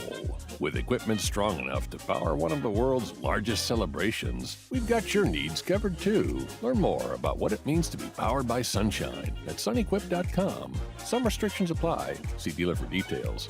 Offer ends March 5th, 2025. Family owned and community driven. Service Chevrolet Cadillac, a legacy you can trust since 1972.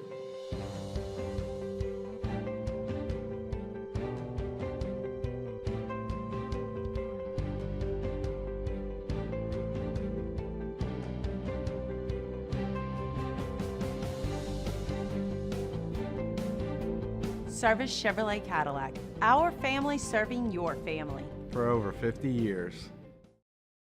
Crime has serious consequences, but anyone can make a mistake. If you find yourself in trouble with the law, know that you have rights, and it's okay to demand them. The law offices of O.C. Brown are here to protect you and your rights. Felony or misdemeanor, DUI or drug charge. No matter what crime you're accused of, you still have rights. Let the law offices of O.C. Brown uphold them. Call 225-343-1111.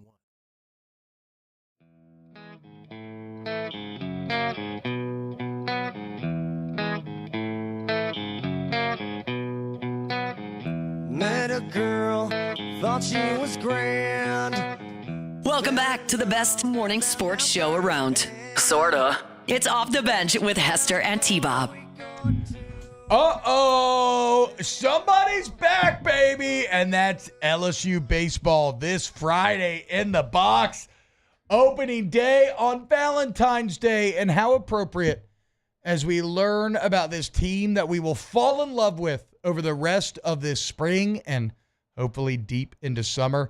And right now, it's time to welcome on one of our favorite people in the world, a man who is gracious enough to make time for us every single week, and that is LSU head baseball coach Jay Johnson. Coach, what's up, man? How we doing today?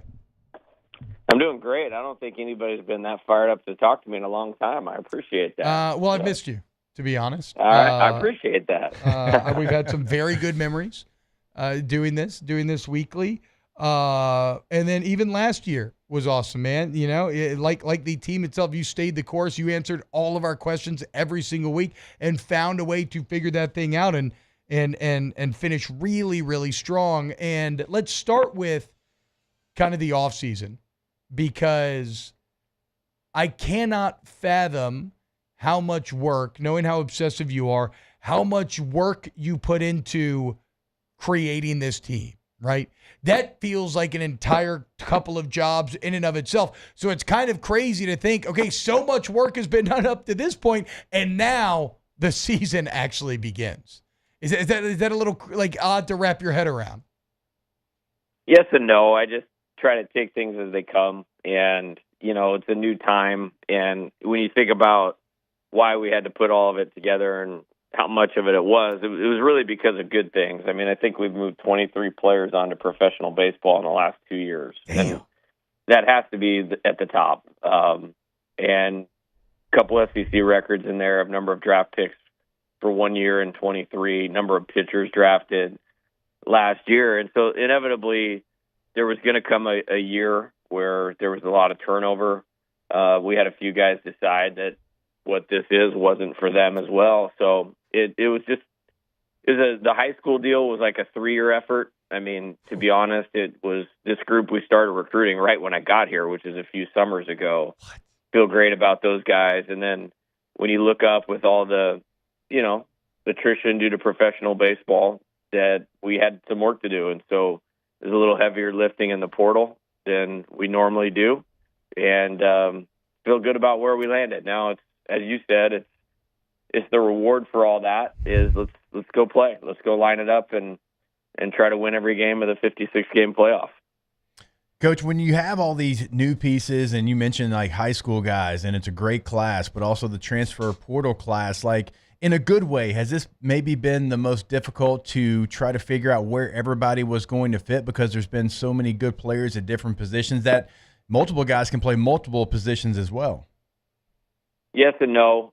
Yes, and we have more than 9 capable guys. No, and I'm not quite sure why. I feel like I know this team better than I did last year's team at any point. And I think there's just a little more versatility in what guys can do. It's not as one-dimensional. One of the things that I didn't love last year is might be the only team I ever had. We definitely had power, but it felt like we had to sell out to get to it, and didn't make us as good an offensive team where there's a lot more ways we could score with this group, and I'm looking forward to that. I think it should manifest itself in good defense. On the pitching side, there's a little to be determined, but I mean that in a good way. We kind of shaved some guys down where for one inning, it's electric, so we might see us use a lot of guys, which I like doing anyways, because I think it's good for team and whatnot. So I think there's maybe a little more to be settled on the pitching, and I don't necessarily mean that in a bad way, just that I think we can use a lot of guys, and finding where they fit first might be a little bit bigger challenge. Well, and again, it's a year where you feel like, as you're kind of alluding to there, that you have a lot of arms. It's just about what kind of slots will they end up falling into. How much then does it help, Coach, to finally, for your first time at LSU, have the same pitching coach in consecutive years? As Nate Yeski will be back, whereas everybody else, everything went so well that they kept going elsewhere. Finally getting some consistency there. Yeah, thank God. Holy cow. And I think it's really helped because we have a lot of new pitchers this year. Like I said, we had a SEC record pitchers drafted last year, and he's really good at what he does. I think the guys have a really good understanding of who they are and what they need to execute in terms of the older ones. And then we have 4 really good freshman pitchers that he's going to get to see them through their whole time here, and there's a lot of value in that. And, last weekend finally tipped to the offense a little bit, which it should, after seeing them for so long. But the pitchers have kind of, had the upper hand in this thing. And as a coach, that's usually the way you want it to go. Because if you're banging around your pitchers all fall and all early spring, there's usually a ceiling for your team. But Coach Yeski's done a really good job with those guys. Coach, I'm always curious when you bring in very talented freshmen like you do every single year, and this might be the best class, what are some things you look for as far as, okay, this player is going to be able to help us? Like when you see him in the fall, is it a mentality? Is it more physical than anything? Because in the football side of things, it's okay, physically you got to be able to handle this as a freshman or we can't play you right now. What are some of the things that you look for in these freshmen, and kind of when do you know that they're going to maybe be able to help you in this upcoming season? Yeah, I think sometimes you can see it in the fall, but, it's a lot better sample size, like the 4 weeks we've had here leading up to the season.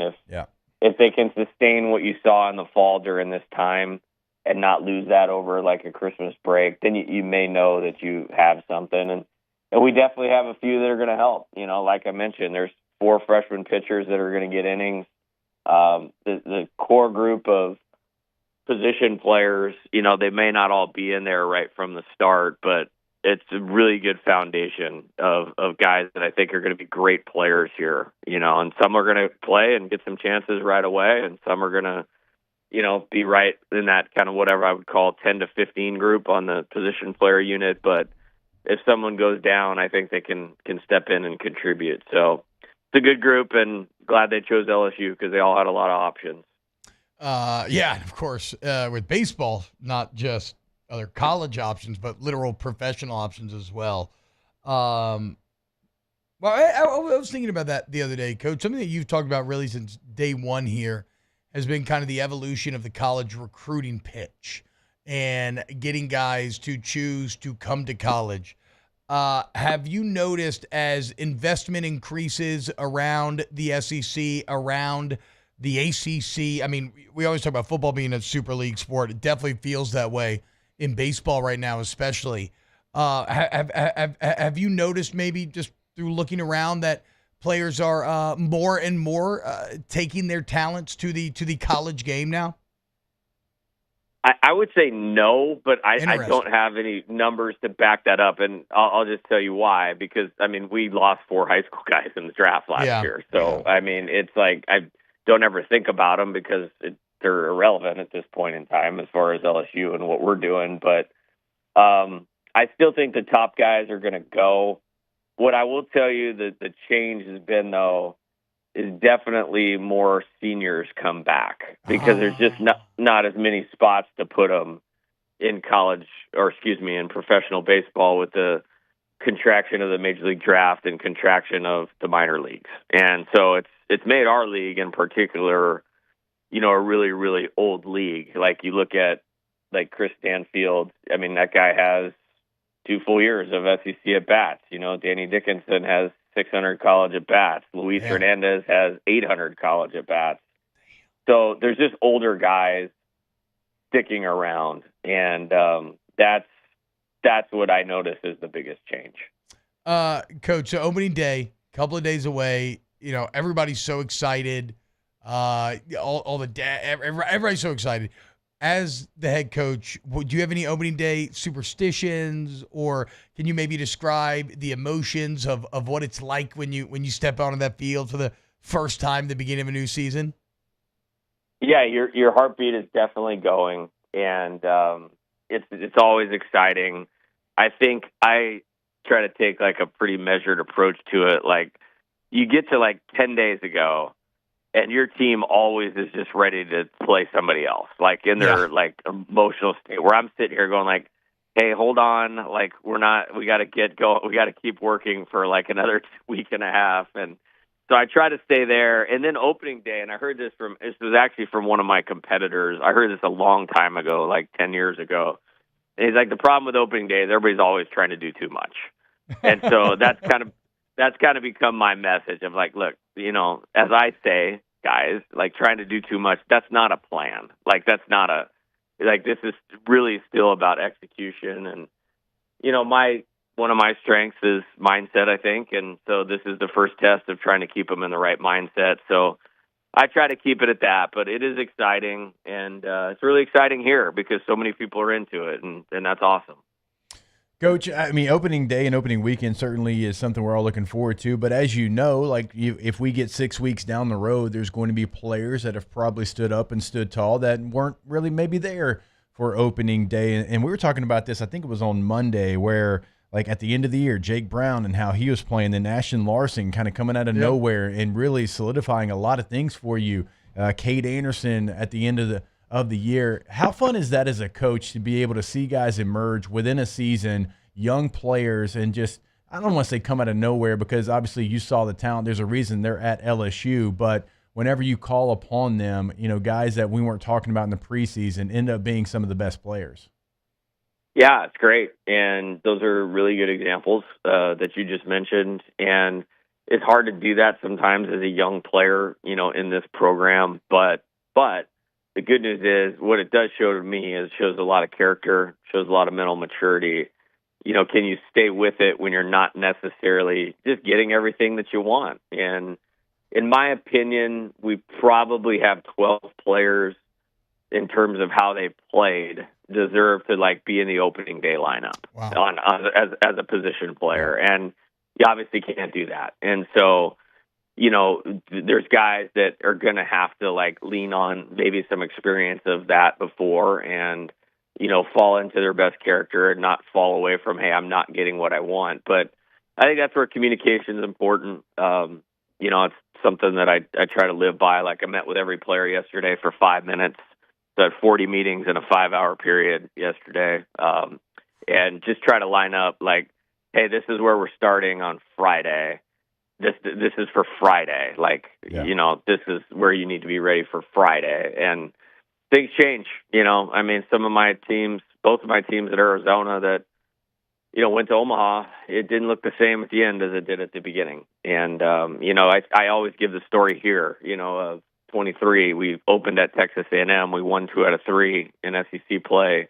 Should have swept them, played good enough to sweep them. And, Cade Beloso, Braden Jobert, neither of those guys touched the field that weekend. Hayden Travinsky wasn't even on the roster. And those guys ended up being pretty important, So that's how it goes sometimes on a good team. Coach, last one for me here. I want to ask you, so a lot of times you talk about developing a young guy, developing a transfer guy, a new guy. But what about a guy like Stephen Milam, where by the end of the year, I mean, he was a starter throughout the season, but by the end of the year was just playing at such an astronomical level that it's like the expectation for him is going to be, well, pick up right where you left off and then get even greater. Like when somebody already finishes so strong and is playing so well, how do you try to carry that all the way through an offseason and into a new season? That's a good question, and you feel like you had a bug in my office yesterday. 'Cause, in my meeting with Steven, we talked about a couple things, and number one is he's such a popular player here, because he plays hard and he's got an edge and all those things, and the not trying to do too much or meet some external expectation. The good news with him is this guy's just a ball player at his core, he's a guy that'll get better when the game starts, kind of thing. Mm-hmm. And he's healthy now. That's probably the most important thing. Nice. Behind the scenes, when he was hitting all those homers and heroics at the end of the season, he essentially had a broken bone in his foot. What? And so I mean, he's tough. He's a baller. He's going to play shortstop for us this year, which I'm excited about. If you've been out at any of the scrimmages, the range piece is really good. His feet are really good. He's got a good clock. And, I'm excited about that. I think that's going to make us better defensively. And I think he's up for it. And so excited to have him back and being at the forefront of this thing. And, Coach, last one for me. It wouldn't be baseball season in South Louisiana without watching the weather already here in the opening series. Yeah, what do we got? I mean, I just got a text from Jordan. Jordan Billingsley, our grounds guy, and that's usually, hey, let's talk about weather. So what do we got? What do you guys? Maybe you can help me out. Saturday's not looking great. Saturday's not looking great, Coach. How do you feel about an opening day doubleheader, Coach? Can I interest you in 2 games? I'll tell you what. If there's a day to play doubleheader, it's opening day. Okay, sure. All right, so, true. Dive right in. Yeah, and I don't know where we're at as far as this, but if we had to move, that's probably the move we would make, just to give everybody a little bit of a heads up. Breaking news on the air, but I'm not confirming that at this point in time. Potential breaking news right there, guys. Yeah. Hell yeah, the best kind. Coach, for real, man, really just genuinely so excited. I know we've kept you very long today. Thank you so much for making time with us on such a busy week. And best of luck to you and the boys this weekend. All right, guys. Have a great day. See you soon. Thanks, the legend, Coach Jay Johnson, cannot wait. I would be there Friday if it wasn't Valentine's Day. I'm going to do stuff with the wife. If it wasn't Valentine's Day, I'd be there on Friday. I think I actually got word that my wife and kids are all going to the game, and I'll be working on off campus on Friday. They're like, we'll see you later. We're going to the box. Yeah. Okay, yeah. cool. Well, look, maybe get a little late night doubleheading action. Yeah. And if that happens, then y'all got to wait on me. Yeah, exactly. Shout out Jay Johnson, man. Love that man. All right, when we get back, let's close out hour 2 of OTB. Off the bench. Go to Central Plumbing. Oh, my bad. CentralPlumbing.org. CentralPlumbing.org. 925. How do I not control my own voice? 925-8552. Plumb it yourself. If you want to, you can. They got parts and everything. But I don't think you should. I've tried to do it myself. I've made things worse. Dropping a tool in a toilet. That's not the point. The point is 24/7 emergency service, licensed, bonded, and insured employees, flat rate pricing, great warranty work. Don't think twice. Pick up the phone, call Central Plumbing, and have your problem solved. It's not just problems either. Got a bathroom remodel, upgrade, tankless water. It's all there at Central Plumbing. CentralPlumbing.org. Yeah, you go to the website homepage, like T-Bob said, bathroom remodel. Just click on that. That's at your home or your business, no matter what you're trying to get done, big or small, they can help you out. We know 24/7, 365, weekends, holidays, game day, does not matter. They'll be there for you. 225-925-8552, not only in CentralPlumbing.org. There it is, the extra mile, on the border of expected and extraordinary, for those willing to go further, like vans customized for work or play, with safety and tech to keep you connected. Supported by a 5-star sales, service, and finance team. And backed by the 1-star you know. So go the extra mile. It's never crowded because so few have what it takes to go there. Mercedes-Benz Vans.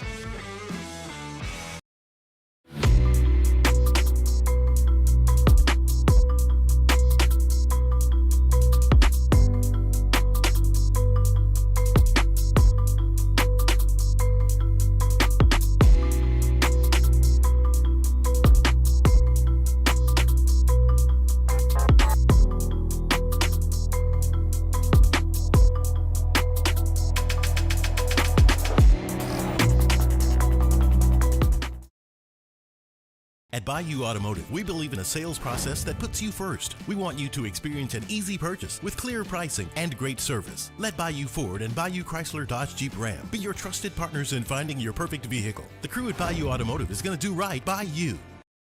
At Auctioner, we know healing is a team sport. That's why we've partnered with world-renowned orthopedic surgeon Dr. James Andrews to create the Auctioner Andrews Orthopedics and Sports Medicine Institute. Whether you're a professional athlete or a weekend warrior, our team of specialists are dedicated to getting you back in the game. So whatever your reasons are for reaching your personal best, we've only got one. You. Auctioner Andrews Institute. Long live you.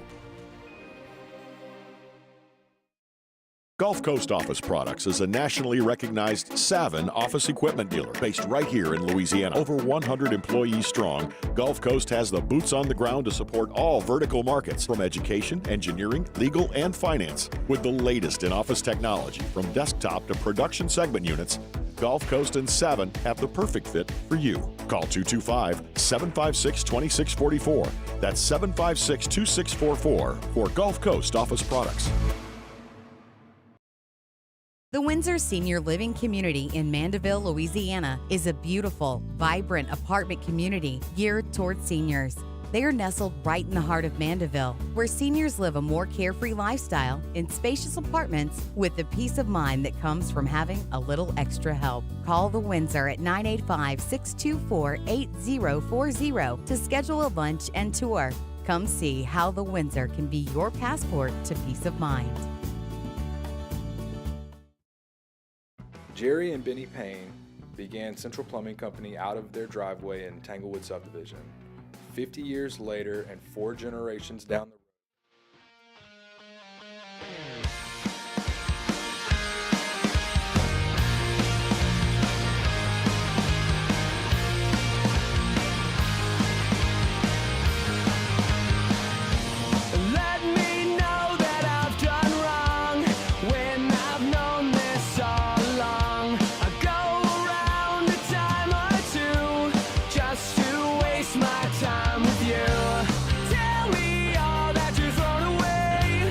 Welcome in to the best morning sports-ish show around. Off the Bench with Hester and T-Bob.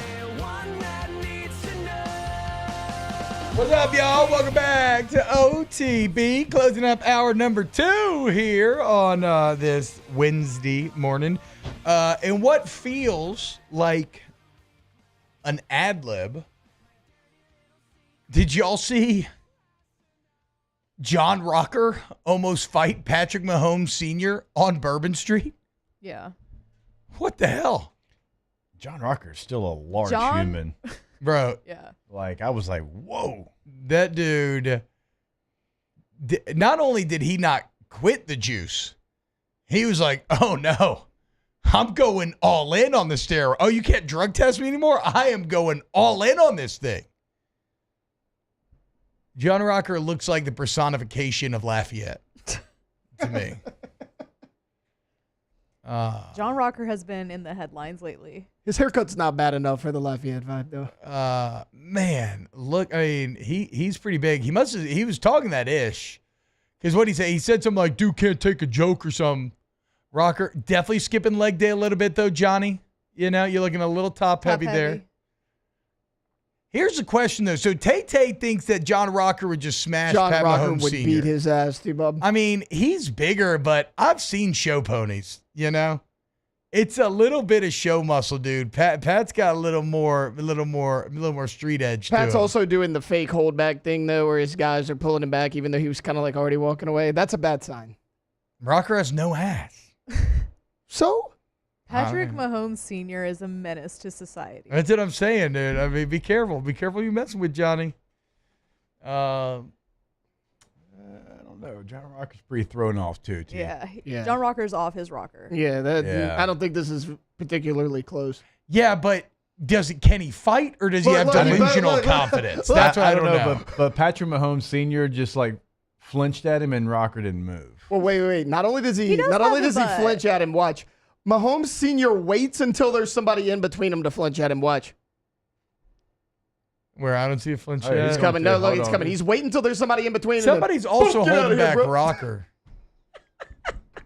Why does John Rocker walk like that? he's like a gorilla. He's like a wait. You said he does have a butt? Pause right there. No, he does not. He had a little bit of a booty. No, he does not, Alondra. Look at that thing. I could iron my clothes on that. Get the hell up out of here. See more ass on a snake. Yeah. Hour 3 now. Off the bench. John Rocker is probably so much to hang out with. Oh.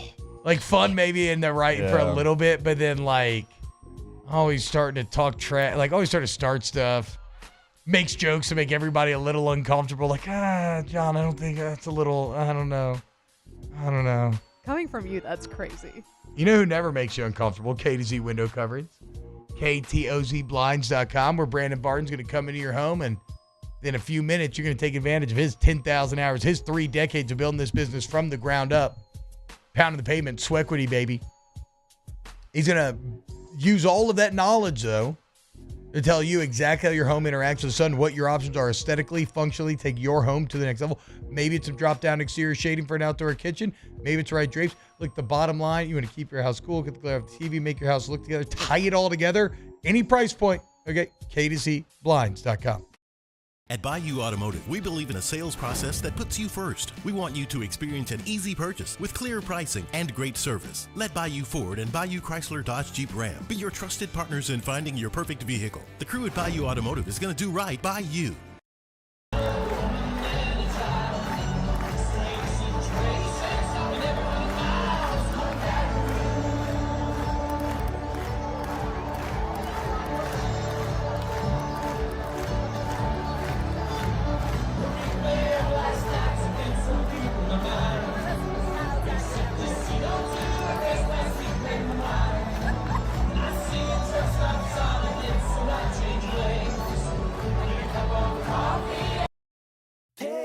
Construction and Roofing. This is Coach Kim Mulkey.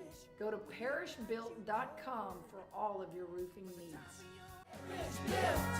From your hometown, parishbuilt.com. At Atmos Energy, our Smart Choice solutions help customers save energy and emissions with rebates up to $500 off high-efficiency natural gas appliances, smart thermostats, and weatherization upgrades. Together, we're fueling our energy future.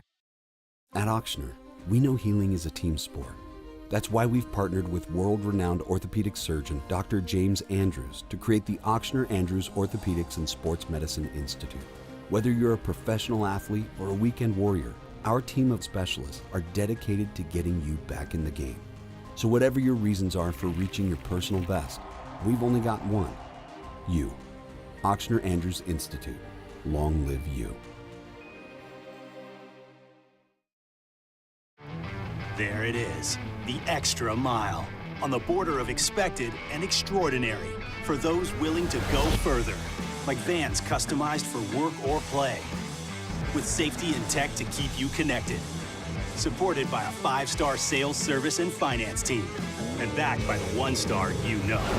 So go the extra mile. It's never crowded because so few have what it takes to go there. Mercedes-Benz Vans. Jerry and Benny Payne began Central Plumbing Company out of their driveway in Tanglewood subdivision. 50 years later and 4 generations down the road, we continue to serve Baton Rouge and the surrounding areas for all of their plumbing needs. Residential, commercial, industrial, or hospitality, Central Plumbing is here 24/7, 365. We want to thank our customers, family, and friends for 50 years of success. And looking forward to 50 more. Crime has serious consequences, but anyone can make a mistake. If you find yourself in trouble with the law, know that you have rights, and it's okay to demand them. The law offices of O.C. Brown are here to protect you and your rights. Felony or misdemeanor, DUI or drug charge. No matter what crime you're accused of, you still have rights. Let the law offices of O.C. Brown uphold them. Call 225-34...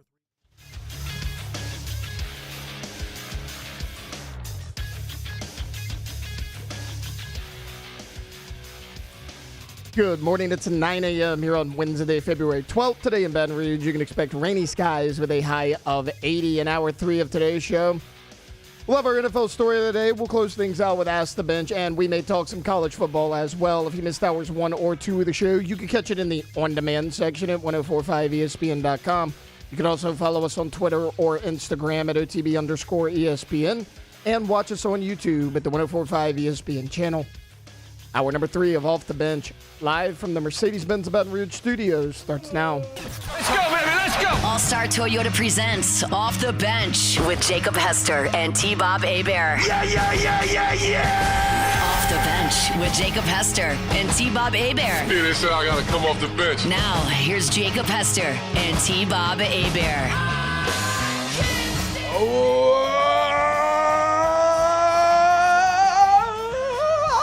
What's going on, Baton Rouge? Welcome in hour 3 of OTB. Should I do that every time in hour 3 from now on?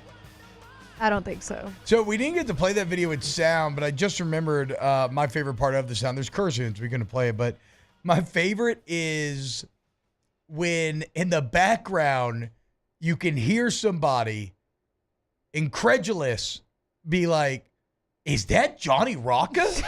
Like, is that Johnny Rocca? Hey, Johnny. Hey, that is Johnny Rocca.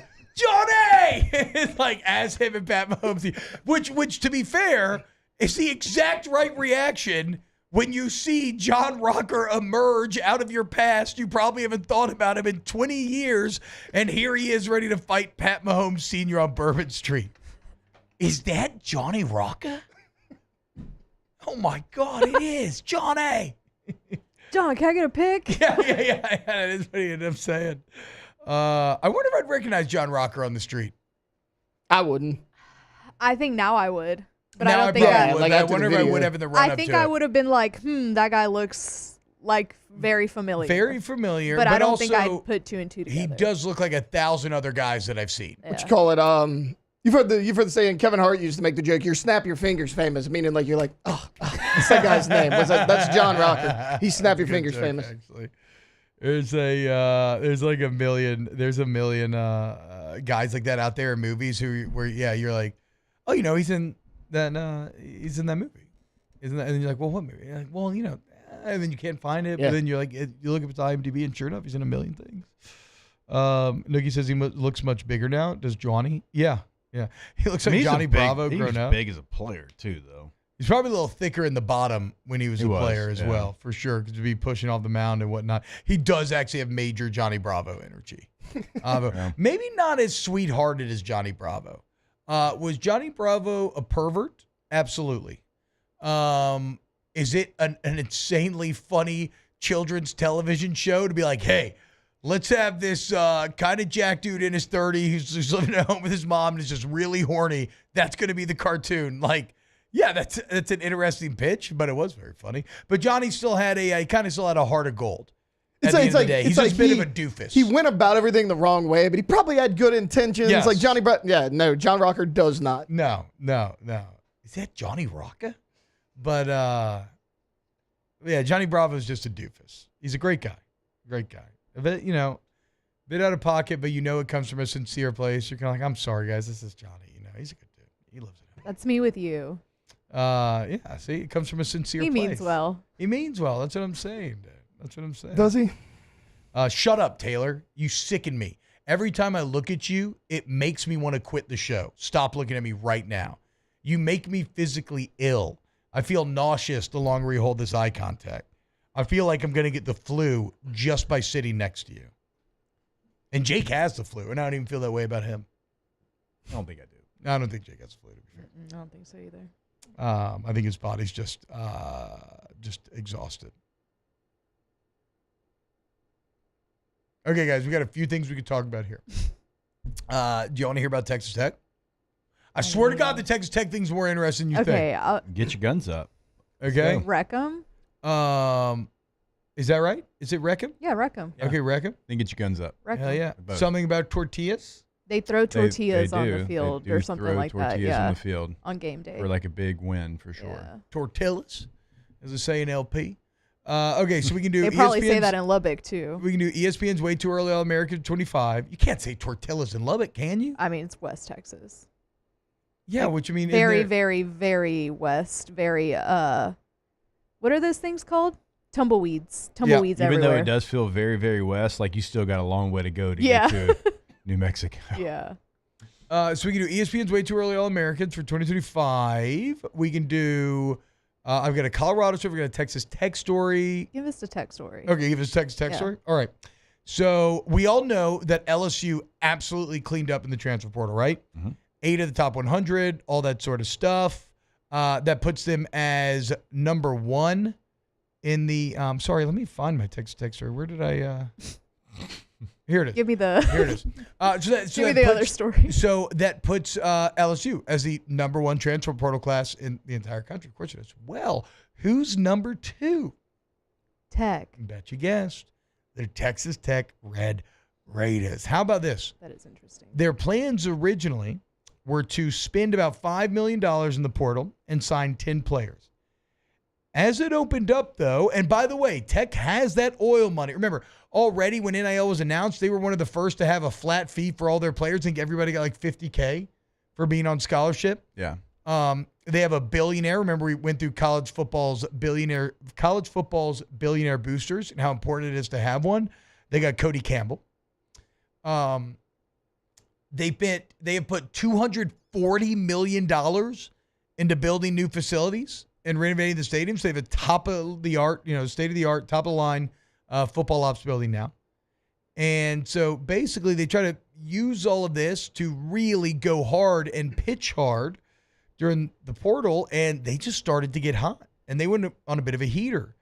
And when that happens, the wallet continues to open up. So they were planning on spending $5 million and signing 10 players. They end up signing 17 players and spending over $10 million. But it wasn't just BS players.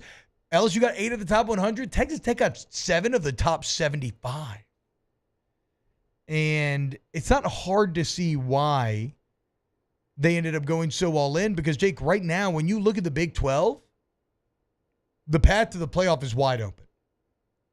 It's a conference where there is no 900-pound gorilla. Now, there's a lot of very evenly matched teams, but look at Arizona State and all the positive press and the love and everything else that they got. And understand that when you're talking about, and this is one of the reasons why I like auto bids, not auto seeds, but auto bids, is they don't have to worry about being told no by a committee. It incentivizes investment. They know, okay, if we win the conference, we're in the playoff on the big stage, branding, advertising, we're going to make money. And so make no mistake, there is no other expectation for Texas Tech next year. They are all in, chips in the middle of the table, win the Big 12, and if Joey McGuire can't get it done, it's probably his ass. They weren't a bad football team last year. I mean, they were 6-3 in conference play. Now they were 8-5 overall, but they had some close losses, and so they probably feel like they're not that far away. And to your point, there's some really, solid programs, but there's not this team that you just feel like is going to run away with it because, Arizona State's probably going to be the favorite. They've got Levitt coming back at quarterback. They got all this momentum, but they lose Scadaboo and others. And so Still got Tyson coming back too, though, huh? Yes. He was second team All-American on ESPN's thing, so yeah, that's big. and then, Iowa State's got, some players coming back, but they lose their receivers. Colorado loses a ton. Baylor does have a lot coming back, so they'll be one of probably the top 5 teams in the preseason, and I'm sure Utah will, get some votes, even though they really struggled last year. But the point is, there's not one favorite, and so Texas Tech goes out there and they spend a lot of money, and that's with losing, former 5-stars that they had, to Texas A&M, and the receiver, what was it, Micah Hudson, right? And he's got his own situation going on, but so even losing a player like that, they've been able to bring in a lot of talent. So, yeah, if I'm in the Big 12 right now, knowing this is the last year for sure that I get a guaranteed college football playoff spot, why not go for broke this year? Yeah, I agree, and they are. But so it's interesting, though, because I don't think I've actually mentioned yet the most interesting part of the story, and that is General Manager James Blanchard. He did such a good job with his Texas Tech team that Notre Dame tried to hire him away to be their GM. And he said no. And he stuck around, partially because he believes what he put together at Tech and he wants to see how it all goes. But also, he's getting paid now, Jake, after the Notre Dame inquiry, $1.5 million a year. He has a 3-year, $1.5 million deal. And the reason why I bring that up is because this is going to continue to evolve, this market of the college football general manager. And you have to have one. Hopefully you already do. Now, some are, and they just aren't they don't have the title of GM, but they functionally are. But certainly not only going to have a guy in that job, but you have to have a guy that's great, and you got to pay him. Yeah. Because it's going to get competitive. And there's a quote from Blanchard that I want to highlight because I'm head over heels in love with the perspective. And it's exactly what I want out of the guy in this role. Because a lot of times when the transfer portal is mentioned, it's mentioned with almost an undercurrent of like a begrudging sort of feeling. Like, oh, yeah, it's December. It's crazy. It's the portal. NIL, it sucks, but it's what you got to do now. Here's what James Blanchard, I'm going to read an excerpt from the article. This is from the article. Blanchard admits there were some nerves and jitters as December neared and it was time to compete. But he felt fully prepared for what he calls, quote, the beautiful chaos of sorting through thousands of available players, making calls and offers, scheduling official visits, and negotiating with agents. And this is a direct quote from Blanchard. It's chaotic, but I'm a psychopath for it. To me, it's becoming the most exciting event of the college football season for personnel people. National Signing Day used to be our Super Bowl. Not anymore. The portal window is now, and I love it. And that's what you need. You need someone who's a sicko for this stuff. Is it tough? Is it overwhelming? Is it insane? Again, yes, thousands of players, calls, offers, stupid-ass visits where you got to let kids take pictures of the uniforms. All this awful, annoying stuff, but he freaking loves it. And that's how you're going to have success.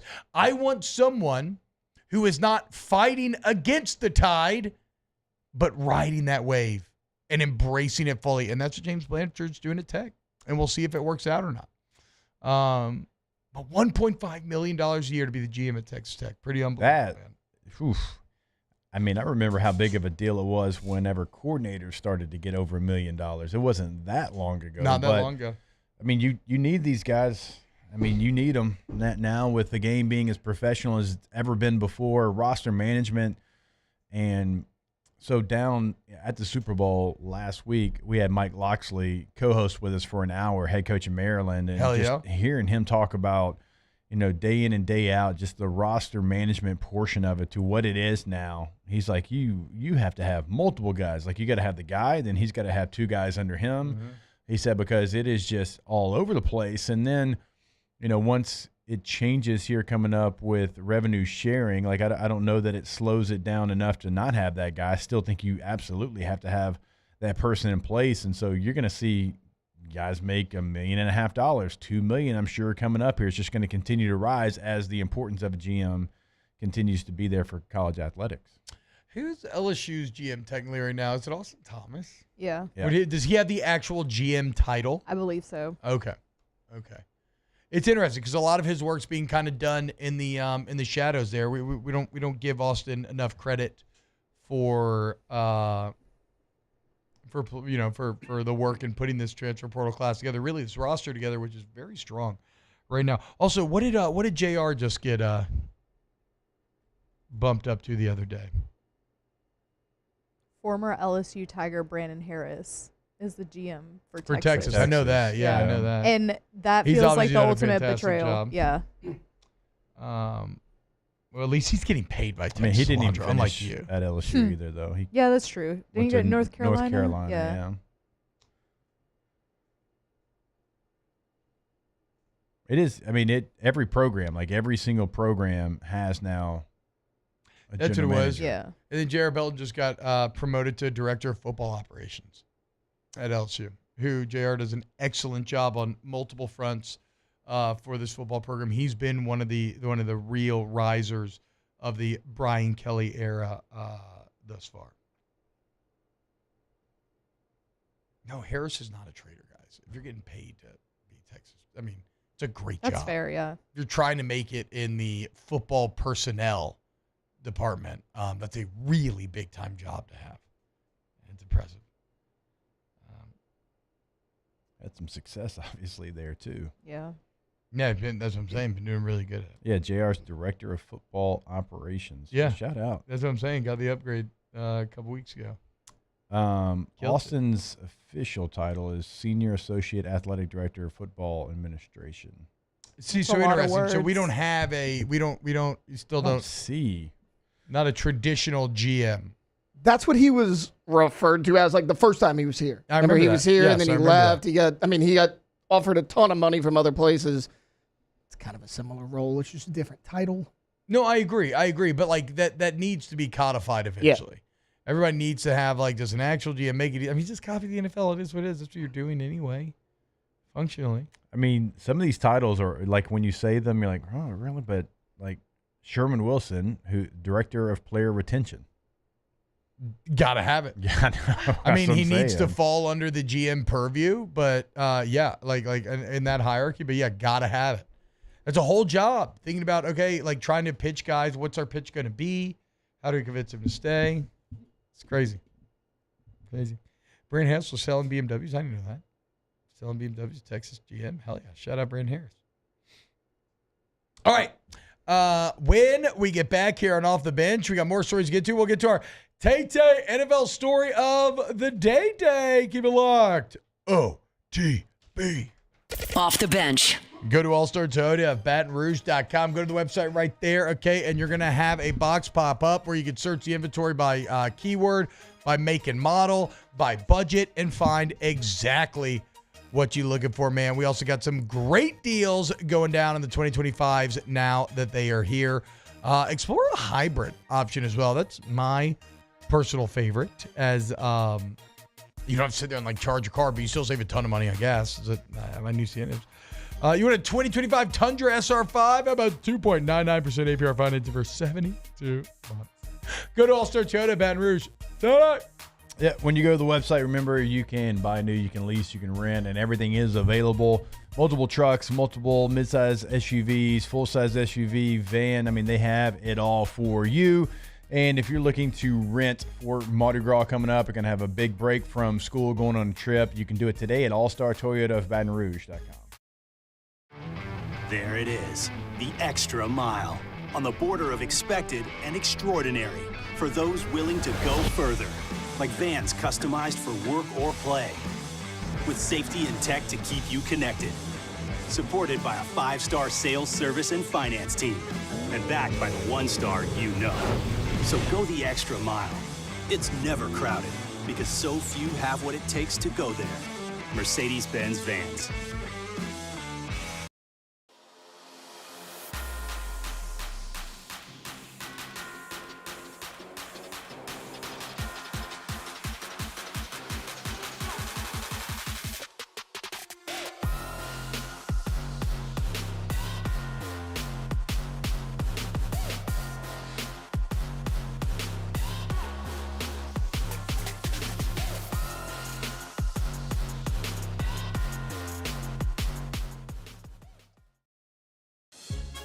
There's never been a better time to catch a John Deere deal from the crew of Sunshine. Ask us about our low monthly payment options on our tractor packages and let the good times roll. With equipment strong enough to power one of the world's largest celebrations, we've got your needs covered too. Learn more about what it means to be powered by Sunshine at sunequip.com. Some restrictions apply. See dealer for details. Offer ends March 5th, 2025. At Auctioner, we know healing is a team sport. That's why we've partnered with world-renowned orthopedic surgeon Dr. James Andrews to create the Auctioner Andrews Orthopedics and Sports Medicine Institute. Whether you're a professional athlete or a weekend warrior, our team of specialists are dedicated to getting you back in the game. So whatever your reasons are for reaching your personal best, we've only got one: you. Auctioner Andrews Institute. Long live you. Family owned and community driven. Service Chevrolet Cadillac, a legacy you can trust since 1972.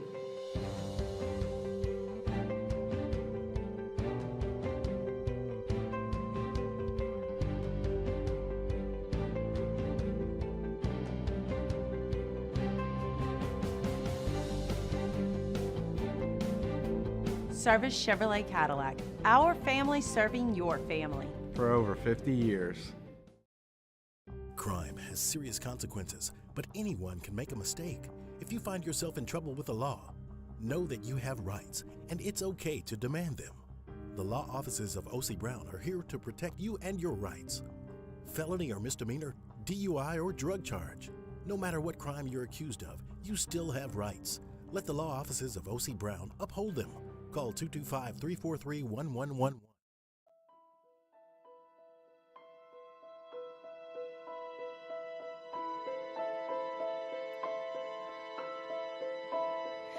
How can you see into Welcome in to the best morning sports-ish show around. Off the Bench with Hester and T-Bob.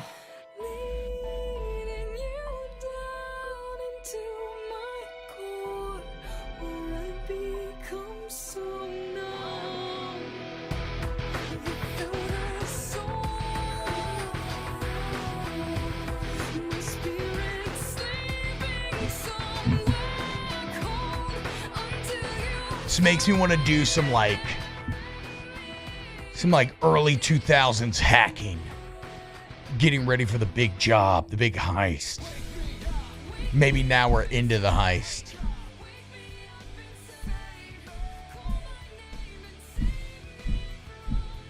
Is this Evanescence? Yep. Yep.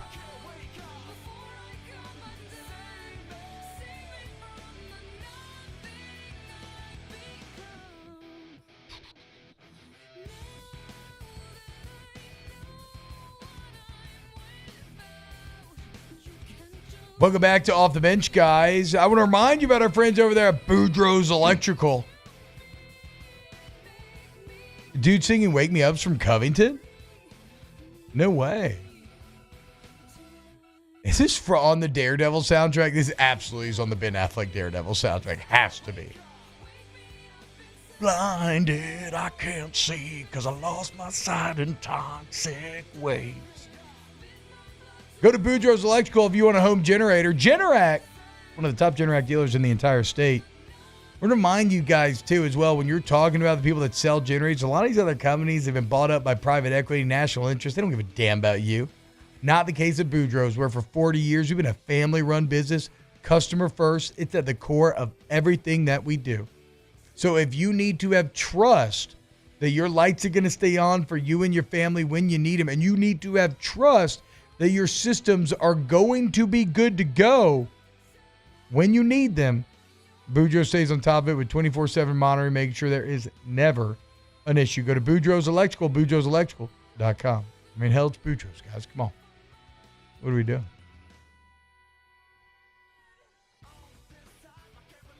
What was the best part of the original Daredevil movie? Have you all ever even seen the original Daredevil movie? Long time ago.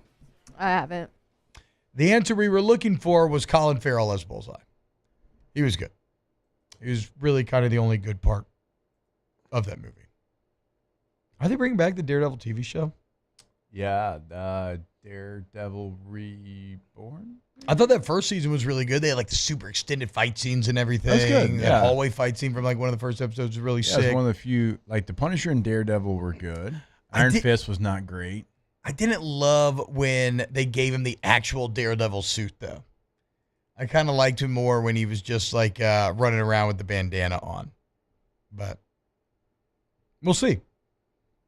I am vaguely interested in what Marvel has going on, I suppose. I don't know. Not really, though.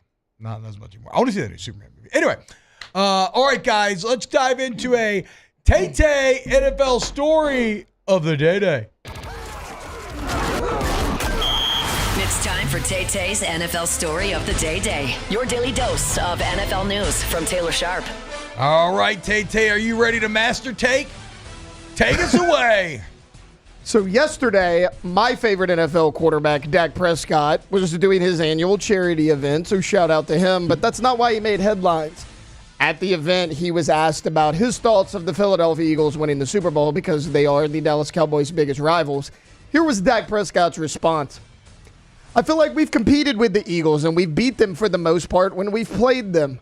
I don't want to say go check the record when the other guys are holding the trophy, so credit to them, they earned it. But yeah, we are very, very close to the Philadelphia Eagles. So Dak Prescott wants to look at the records I know you did the research against the Philadelphia Eagles. Guys, they are division rivals, so they played twice last year. Philadelphia outscored the Dallas Cowboys 75-13 in the two games that they played each other. True. The Philadelphia Eagles, number one in total defense last year. The Dallas Cowboys, 28. They had the number one running back in the NFL. They have one of the best GMs in the NFL. Your GM is Jerry Jones. Jalen Hurts played for 2 Super Bowls in 3 years. Dak Prescott, only 2 playoff wins, and he's never gotten past the divisional round. So in what area are the Dallas Cowboys even remotely close to the Philadelphia Eagles? I'm honestly curious. Okay, so I'll say that. Can I offer a defensive Dak here? You can try. This year was really bad. Yes. But if you look up the record over the last 5 years, it is 5-5. It is. But you're not close to them at the current position is the thing. They've widened the gap. Dax act like the gap's not that big. The gap's wider. That's true. What about this year? What path do you have to get better? Your starting running back is Rico Dowdle. You don't have you're drafting 12 Sounds overall. like a fake name. It is the most unathletic running back name of all time. Is there like Hester can attest to this because he played running back. Jake, is Rico Dowdle awful running back name? It's not a great one. It's not a good one. He's not bad, but it's not a great name. It's not a great. Like if his name was Dowdle like feels lazy. You can't have a lame first and last name. Like Rico Jones, cool name. Rico Dowdle, no, not a cool name. But Uncle Rico. Rico's a cool name. It's not a tough name. All right. They're better across the board than you. Right now, if I asked you to rank the NFC South teams, not only would no one pick the NFC East, no one would pick the Cowboys at 1. Nobody would pick them at 2. It is quite clearly the Philadelphia Eagles and the Washington Commanders. You're fighting for last right now with the New York Giants. Thankfully, they're in your division, so you're not the laughingstock of that league right now. The Giants are still worse than the Cowboys. I don't understand. Like, okay, I get it. Reporters are doing their job. Great job for whoever asked that question because you've given them sound bites for days. But you can't answer this question. You can just be like, hey, look, Philly won the Super Bowl. Great job. We got to have it's going to be hard to catch them, but we're going to do our best. Hopefully we do good in the offseason, make the appropriate moves. You don't say, guys, we're very close to him. My record against Philly speaks for itself. Yeah, you lost 75-13. He's a competitor, though, and he's pissed because his rival is sitting here lifting the trophy. He's not accurate, though. I mean, he's 5-5. Great. He was 0-2 this year and outscored 75-13. Hey, he was hurt. Did he play in those games? Played in the first one, which was 34-6. So bang-up job by him in that one. And the Commanders get to the NFC Championship. Do you want the Cowboys to be good at this point, or do you like the self-flagellation, like masochistic, like Cowboys being bad so you can just rant and rave and master take all day long? T-Bob, I desperately, more than anything, outside of LSU, want the Cowboys to do well. It's just, I have to be realistic. I can't be one of those Cowboys fans that everybody makes fun of, and they're like, oh, you're the unrealistic fan. You think every year is your year. It's an awful situation right now, and I don't know how it gets better. If I offered you a LSU National Championship or Cowboys Super Bowl, what are you taking? Oh, LSU National Championship easily. Okay. No question about it. 5-minute segment, Dak made $570. Scott, stop it. He does this every day. True. That is wild. What happened to Deuce Vaughn? He's still on the team. They don't use him. He was fun. Little tiny little guy. He's been okay. He was okay late in the season when they let him get some run. But Jake, how high is Ashton Gente going to get selected? Top 20. I know that, but I'm saying, are we talking top 10 maybe? I would say between 12 and 18. For what it's worth, most of the mock drafts actually have the Cowboys taking him at 12. There you go. That's exciting. It is. I have no faith that they're going to do it. I hope they draft an O-lineman instead. Jerry will draft some O-lineman that you've never heard of, and his excuse will be, well, we got bit by this when we drafted Ezekiel Elliott. No, you didn't. His first 2 years, you were the winningest team in the league. Yeah, he was awesome. He just got old. He's not going to do it. The problem will always be Ezekiel Elliott's face. This looks like Nub Nub. He looks like a little Ewok. The nose ring doesn't help him either. No. Tay-Tay's like Randy Quaid from Major League. True.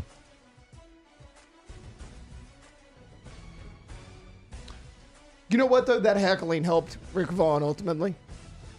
Hopefully this helps Dak Prescott. Randy Quaid was a pivotal piece in them winning the pennant. So you got to have somebody who's going to motivate you, dude. All right. Then when we get back, speaking of the draft, where are people saying Will Campbell will go? As it was kind of number one with a bullet. At the beginning of the season, there were wobbles in the middle of the season. So where does he stand now? Bringing down next year on OTB. Off the bench. Go to TrashRangers.com. TrashRangers.com. They are your waste removal experts here in South Louisiana. They're the local guys. And so if you want the best, you want Trash Rangers. And check it out. If you're a business owner, sorry to take out the vocal trash myself. If you're a business owner, you want front load dumpsters emptied anywhere from 1 to 6 days a week. You need big roll-off dumpsters, 15, 20, 30 yards, 80 sides a week. Gotcha, man. And if you live in Livingston or Ascension, guess what? You're lucky because you get a choice in your residential pickup. And guess what? You're even luckier because right now we have extended the 50% off when you sign up. So you can get that top tier 5-star waste removal for just $13.95 a month. Go to TrashRangers.com today. 225-363-9053 is the number. You can sign up by calling that number, or you can do it on the website right there in the bottom left corner for residential, commercial, and roll-off dumpsters like T-Bob said. TrashRangers.com. There's never been a better time to catch a John Deere deal from the crew of Sunshine. Ask us about our low monthly payment options on our tractor packages and let the good times roll. With equipment strong enough to power one of the world's largest celebrations, we've got your needs covered too. Learn more about what it means to be powered by Sunshine at sunequip.com. Some restrictions apply. See dealer for details. Offer ends March 5th, 2025.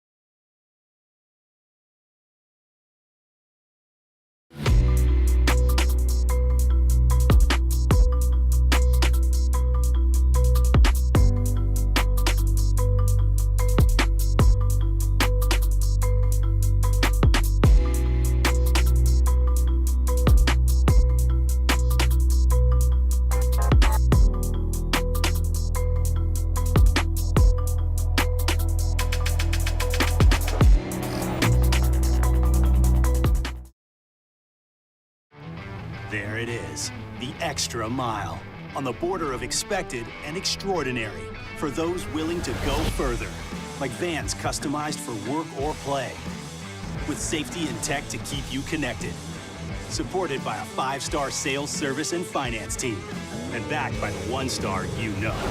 So go the extra mile. It's never crowded, because so few have what it takes to go there. Mercedes-Benz Vans. Jerry and Benny Payne began Central Plumbing Company out of their driveway in Tanglewood subdivision.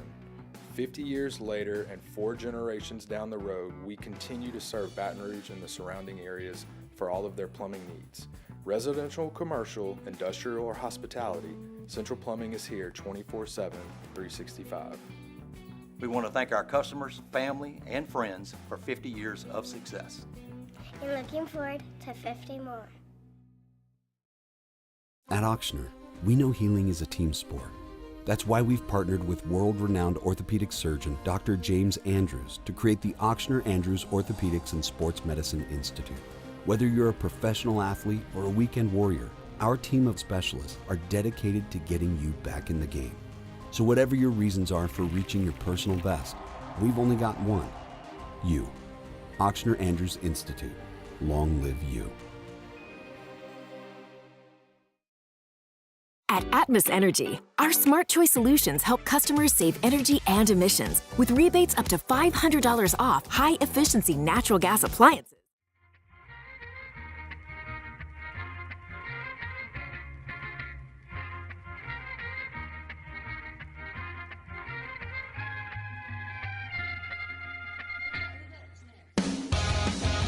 Back to sports talk. Maybe. Off the bench.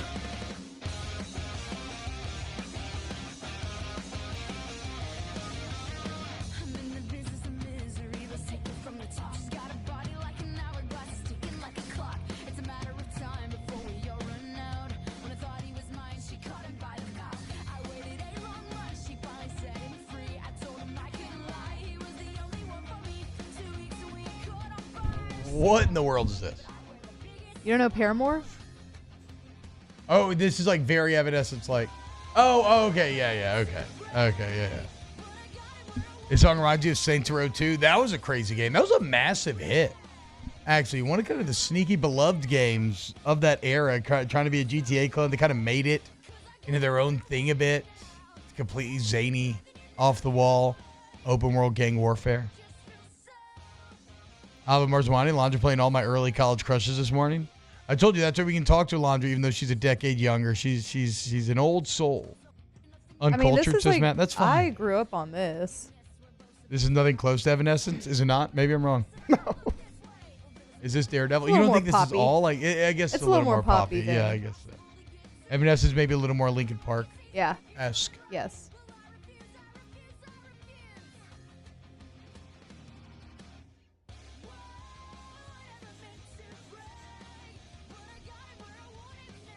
I'm trying to find the Ocho Cinco bit about the penile enhancement. Oh, God.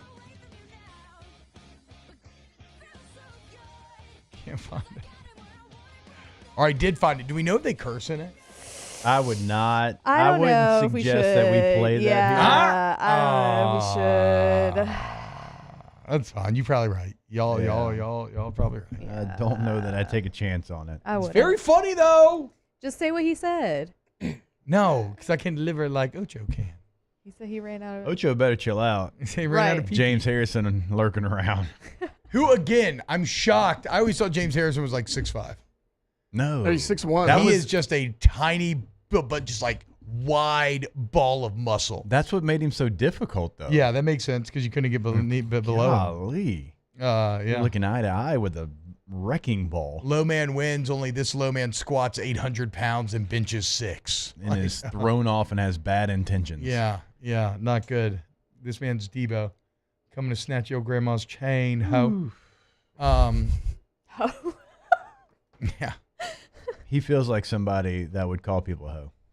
I have a bad And dare habit them of to it, do anything. and I think it's because my old man always said it growing up, and so I have a bad habit of it as well. We see it in college a lot too.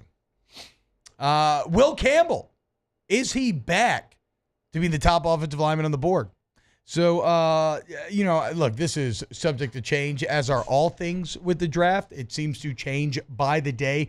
Remember how, like, going into the season, the Athletic had Will Campbell #1 overall in their big board, and everyone's like, oh, he's a guaranteed top 10 pick, blah, blah, blah. And some run game struggles during the season. Really never struggled in the pass game. Maybe Kennard got him a couple times. Maybe Landon got him a couple times. But I think only one sack. So either way, ends up during the season, you're kind of like, well, I don't know. Actually, maybe he's not going to be in the top 10. It looks like, Jake, he's trending back to that top 10. Because Calvin Banks, who was the other big competition out of Texas, he ended up struggling even more than Campbell did. He dealt with injury concerns at the end of the year. And another name that people appear very high on, and this is maybe a big value pick coming up in the draft, is Josh Simmons. That's the Ohio State left tackle who had a really good 23, was supposed to be awesome this year, ends up getting hurt, basically misses the entire year. And so, I don't know, even though there's some talk of like, is Campbell guard? Is he a tackle? It looks like Will Campbell potentially back to being the top offensive lineman on the board. And what does that make you? Top 10 pick? Oh, yeah, for sure. Like right now, ESPN.com has him as the 14th overall player, third at his position. Who do they have ahead of him? Josh Simmons and Kelvin Banks. Josh Connerly Jr. from Oregon. Oh, Connerly. Okay. Now, I will say he did not have the best Senior Bowl. Remember the viral clip of the Marshall edge rusher? Oh, yeah. That was him. Who's the Marshall edge rusher again? What's his name? Green? Yeah.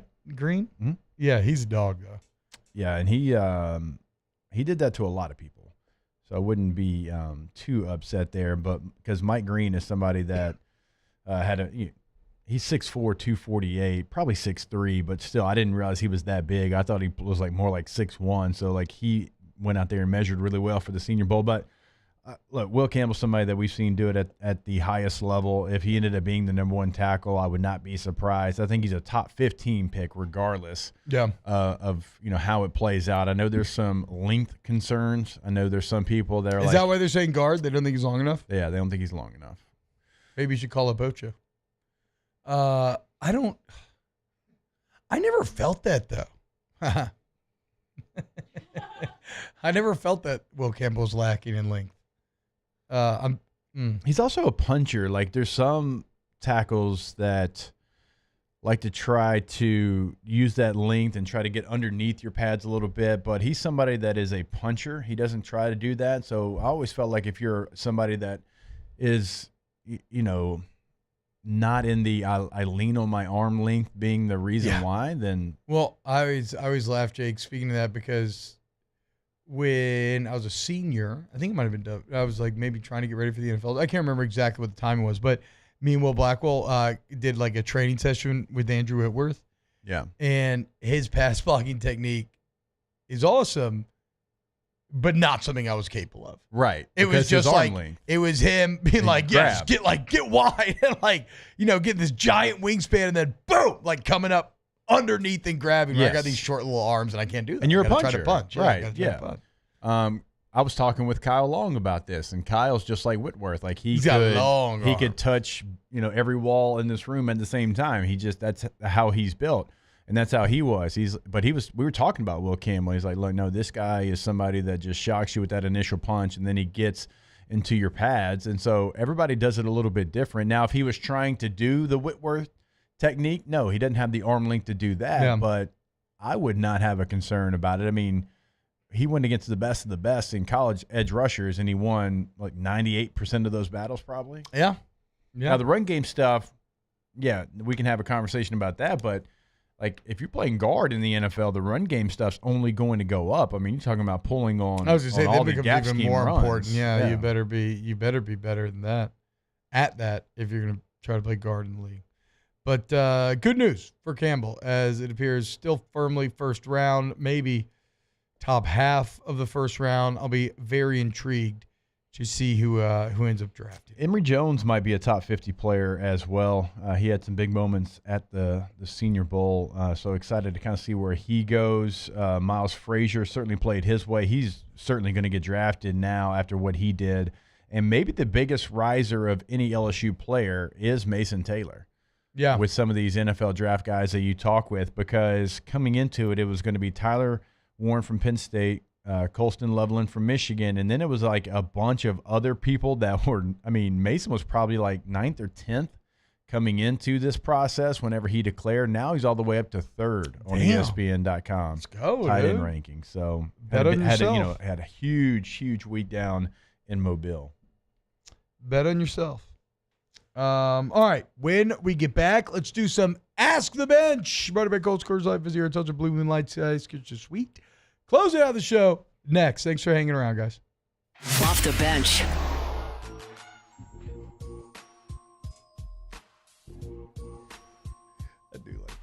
Associated Grocers is somebody that we have worked with in the past, and they are now hiring. Come and join the team. You can learn more at the job fair on Saturday, February the 15th. That is from 9 a.m. until 1 p.m.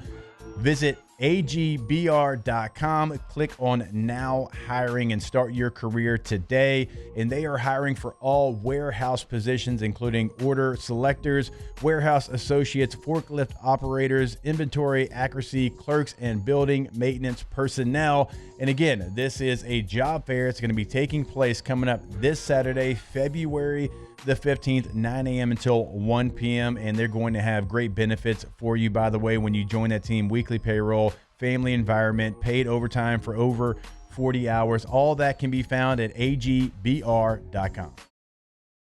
The Windsor Senior Living Community in Mandeville, Louisiana is a beautiful, vibrant apartment community geared towards seniors.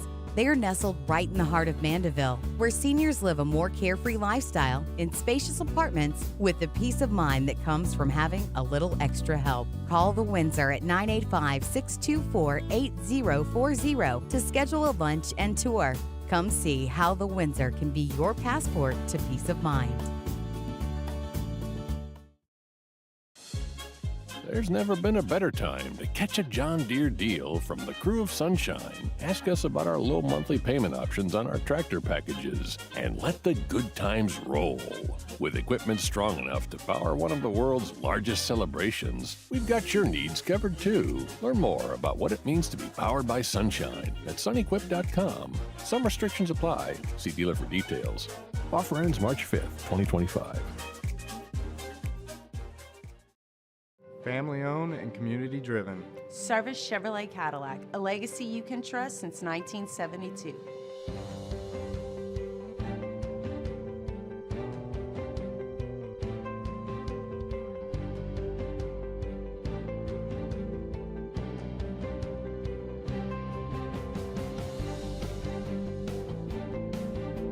Service Chevrolet Cadillac, our family serving your family. For over 50 years.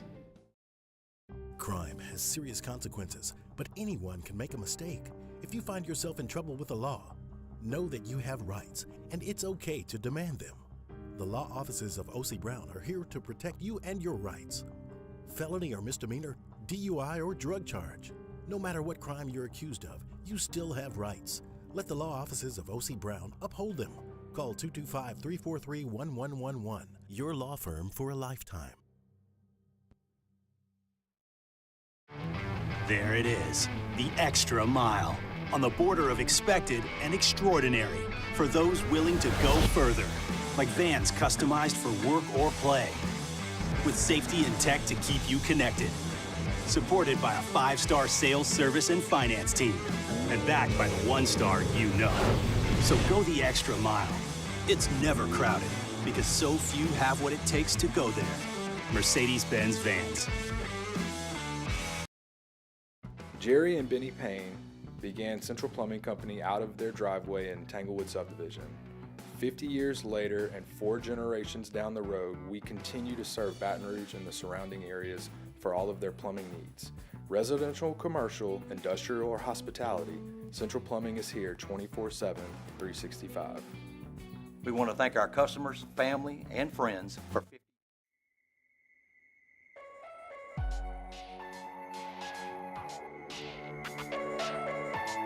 Welcome back to more sports talk with some other stuff mixed in. Off the Bench with Hester and T-Bob.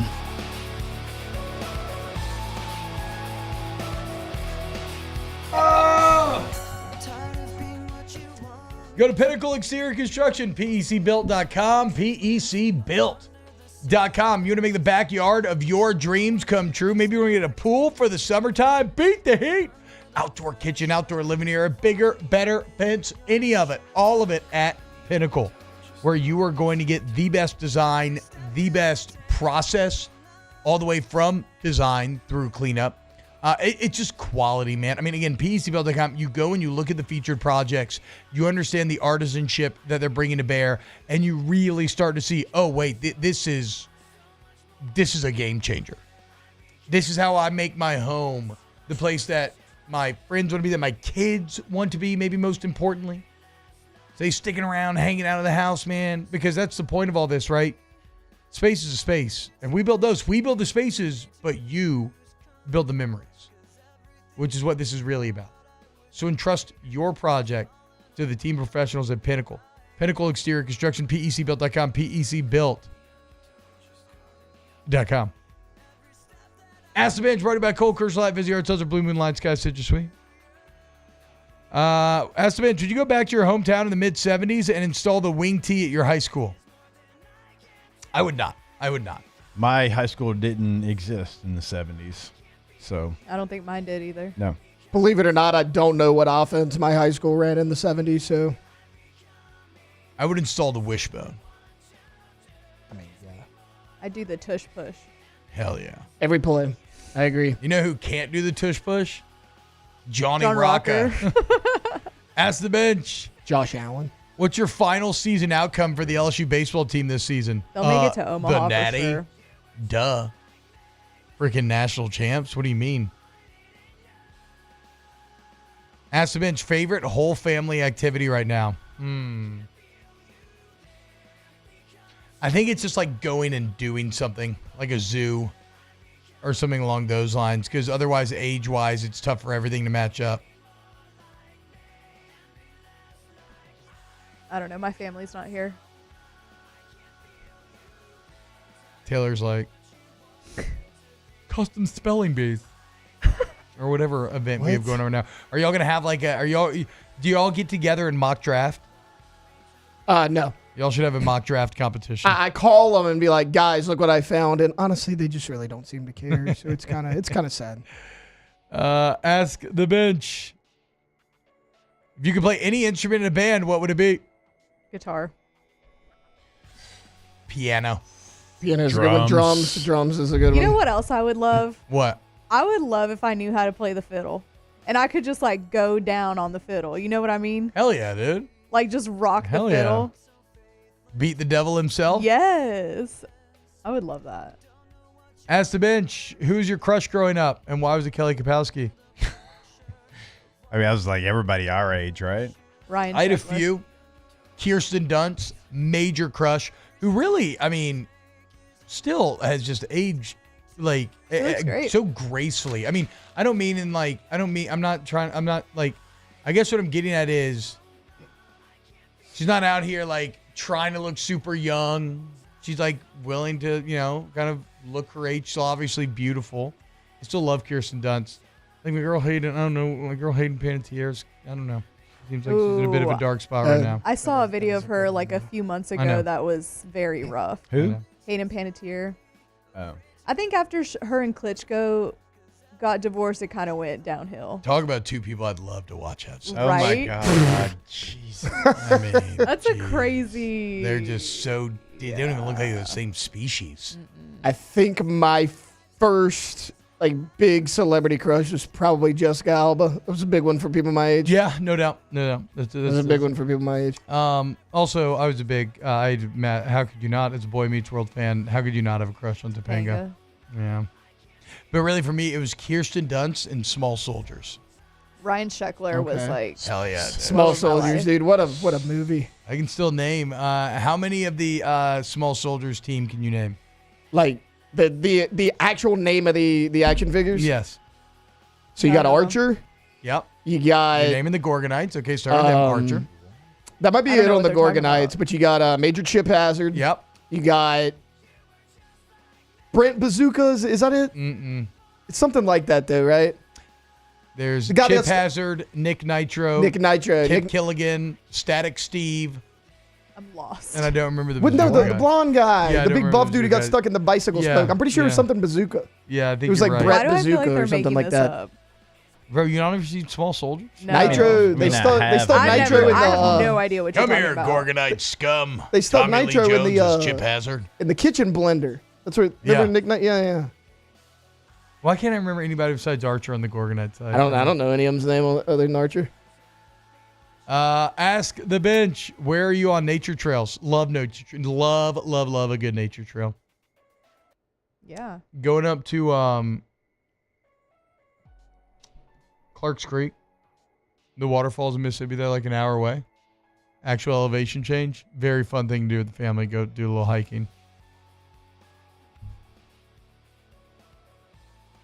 Okay, just, F me, I guess, whatever. I mean, I don't know. Ask the bench. Where were you when Tommy Tanks hit the walk-off home run? I was in the airport. I was getting ready for baby Harlow. LSU radio studio, the old one. Ask the bench. Is using an air fryer a shortcut? No. And No, therefore it's a hack. an act of humility and submission to technology. It's like, just a different way of cooking food. I mean, any way you cook now is kind of technology, unless you're outside cooking over a campfire. Yeah, true. What the hell? True. Nuggie said Kirsten Dunst looks rough in Civil War. I completely disagree. That's why I'm saying I think she's aging wonderfully. Sorry, she just kind of looked her age, but she still looked beautiful. You tripping, boy.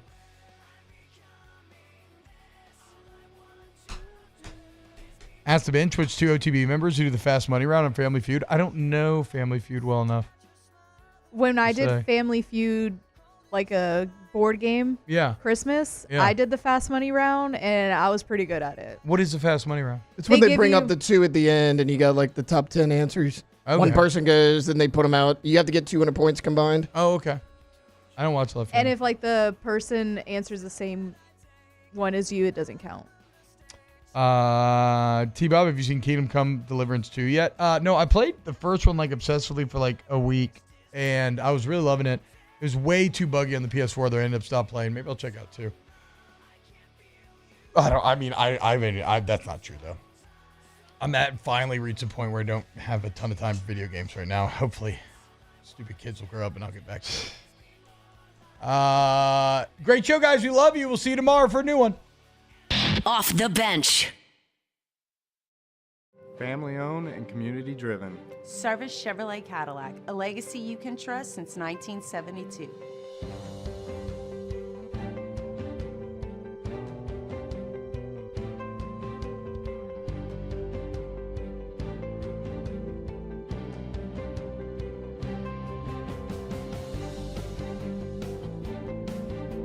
Service Chevrolet Cadillac, our family serving your family. For over 50 years.